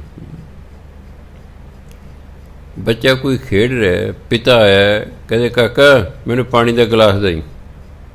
ਸੁਣ ਤੇ ਬੱਚੇ ਲਿਆ, ਪਰ ਉਹ ਖੇਡੀ ਜਾ ਰਿਹਾ, ਪਾਣੀ ਲਿਆਉਂਦਾ। ਬਾਪ ਝਿੜਕਦਾ, ਤੈਨੂੰ ਸੁਣਿਆ ਨਹੀਂ। ਸੁਣ ਤੇ ਉਹਨੂੰ ਗਿਆ, ਉਹਨੇ ਮੰਨਿਆ ਨਹੀਂ ਹੈ। ਸੁਣ ਤੇ ਗਿਆ ਉਹਨੂੰ ਕਿਹਾ ਕਾਕਾ ਪਾਣੀ ਦਾ ਗਲਾਸ ਲਿਓ, ਆਪਣਾ ਖੇਡ 'ਚ ਲੱਗਿਆ ਹੋਇਆ। ਉਹਨੇ ਗਲਾਸ ਪਾਣੀ ਦਾ ਲੈਂਦਾ ਨਹੀਂ। ਬਾਪ ਕਹਿੰਦਾ ਤੈਨੂੰ ਸੁਣਿਆ ਨਹੀਂ। ਸੁਣ ਤੇ ਗਿਆ, ਮੰਨਿਆ ਨਹੀਂ ਹੈ। ਨਿਰੇ ਸੁਣਨ ਨਾਲ ਵੀ ਗੱਲ ਨਹੀਂ ਬਣਦੀ ਜਿੰਨਾ ਚਿਰ ਮੰਨਿਆ ਨਾ ਜਾਵੇ, ਜਿੰਨਾ ਚਿਰ ਮੰਨਿਆ ਨਾ ਜਾਵੇ। ਨਾਮ ਜਪਣਾ ਚਾਹੀਦਾ ਹੈ। ਇੱਕ ਨੇ ਰੱਟਾ ਲਾ ਲਿਆ, ਨਾਮ ਜਪਣਾ ਚਾਹੀਦਾ, ਨਾਮ ਜਪਣਾ ਚਾਹੀਦਾ, ਨਾਮ ਜਪਣਾ ਚਾਹੀਦਾ, ਨਾਮ ਜਪਣਾ ਚਾਹੀਦਾ, ਅਤੇ ਨਾਮ ਜਪਦਾ ਹੀ ਨਹੀਂ। ਉਹ ਸੁਣਿਆ, ਉਸ ਨੂੰ ਰੱਟਾ ਲਾ ਲਿਆ। ਤੁਸੀਂ ਹੈਰਾਨ ਹੋ, ਮੈਂ 7ਵੀਂ ਪੜ੍ਹਦਾ ਸੀ। ਆਕਸੀਜਨ ਗੈਸ ਬਾਰੇ ਟੀਚਰ ਨੇ ਸਾਰਾ ਲਿਖਾਇਆ ਵੀ ਆਹ ਚੀਜ਼ਾਂ ਪੈਂਦੀਆਂ ਨੇ, ਇਹ ਇਸ ਤਰ੍ਹਾਂ ਲੈਬ ਦੇ ਵਿੱਚ ਸਾਰਾ ਆਕਸੀਜਨ ਗੈਸ ਬਣਾਈ, ਫਿਰ ਉਹਨੂੰ ਟੈਸਟ ਕੀਤਾ ਅਤੇ ਲਿਖਾਤਾ ਸਾਨੂੰ ਸਾਰਾ ਇਹ। ਅਤੇ ਕਹਿੰਦੇ ਭਈ ਕੱਲ੍ਹ ਨੂੰ ਯਾਦ ਕਰਕੇ ਆਕਸੀਜਨ ਗੈਸ।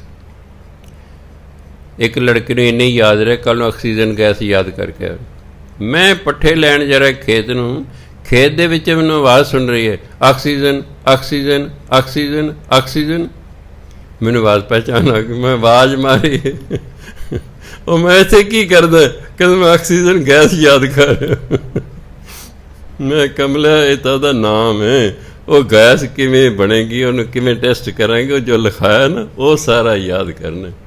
ਉਹ ਹੈਡਿੰਗ ਹੀ ਯਾਦ ਕਰੀ ਜਾ ਰਿਹਾ, ਉਹ ਹੈਡਿੰਗ ਹੀ ਯਾਦ ਕਰੀ ਜਾ ਰਿਹਾ। ਰੱਟਾ ਲਾ ਲਿਆ ਅਤੇ ਉਹਨੂੰ ਫਿਰ ਰੱਟਾ ਇਸ ਲਈ ਕਹਿੰਦੇ।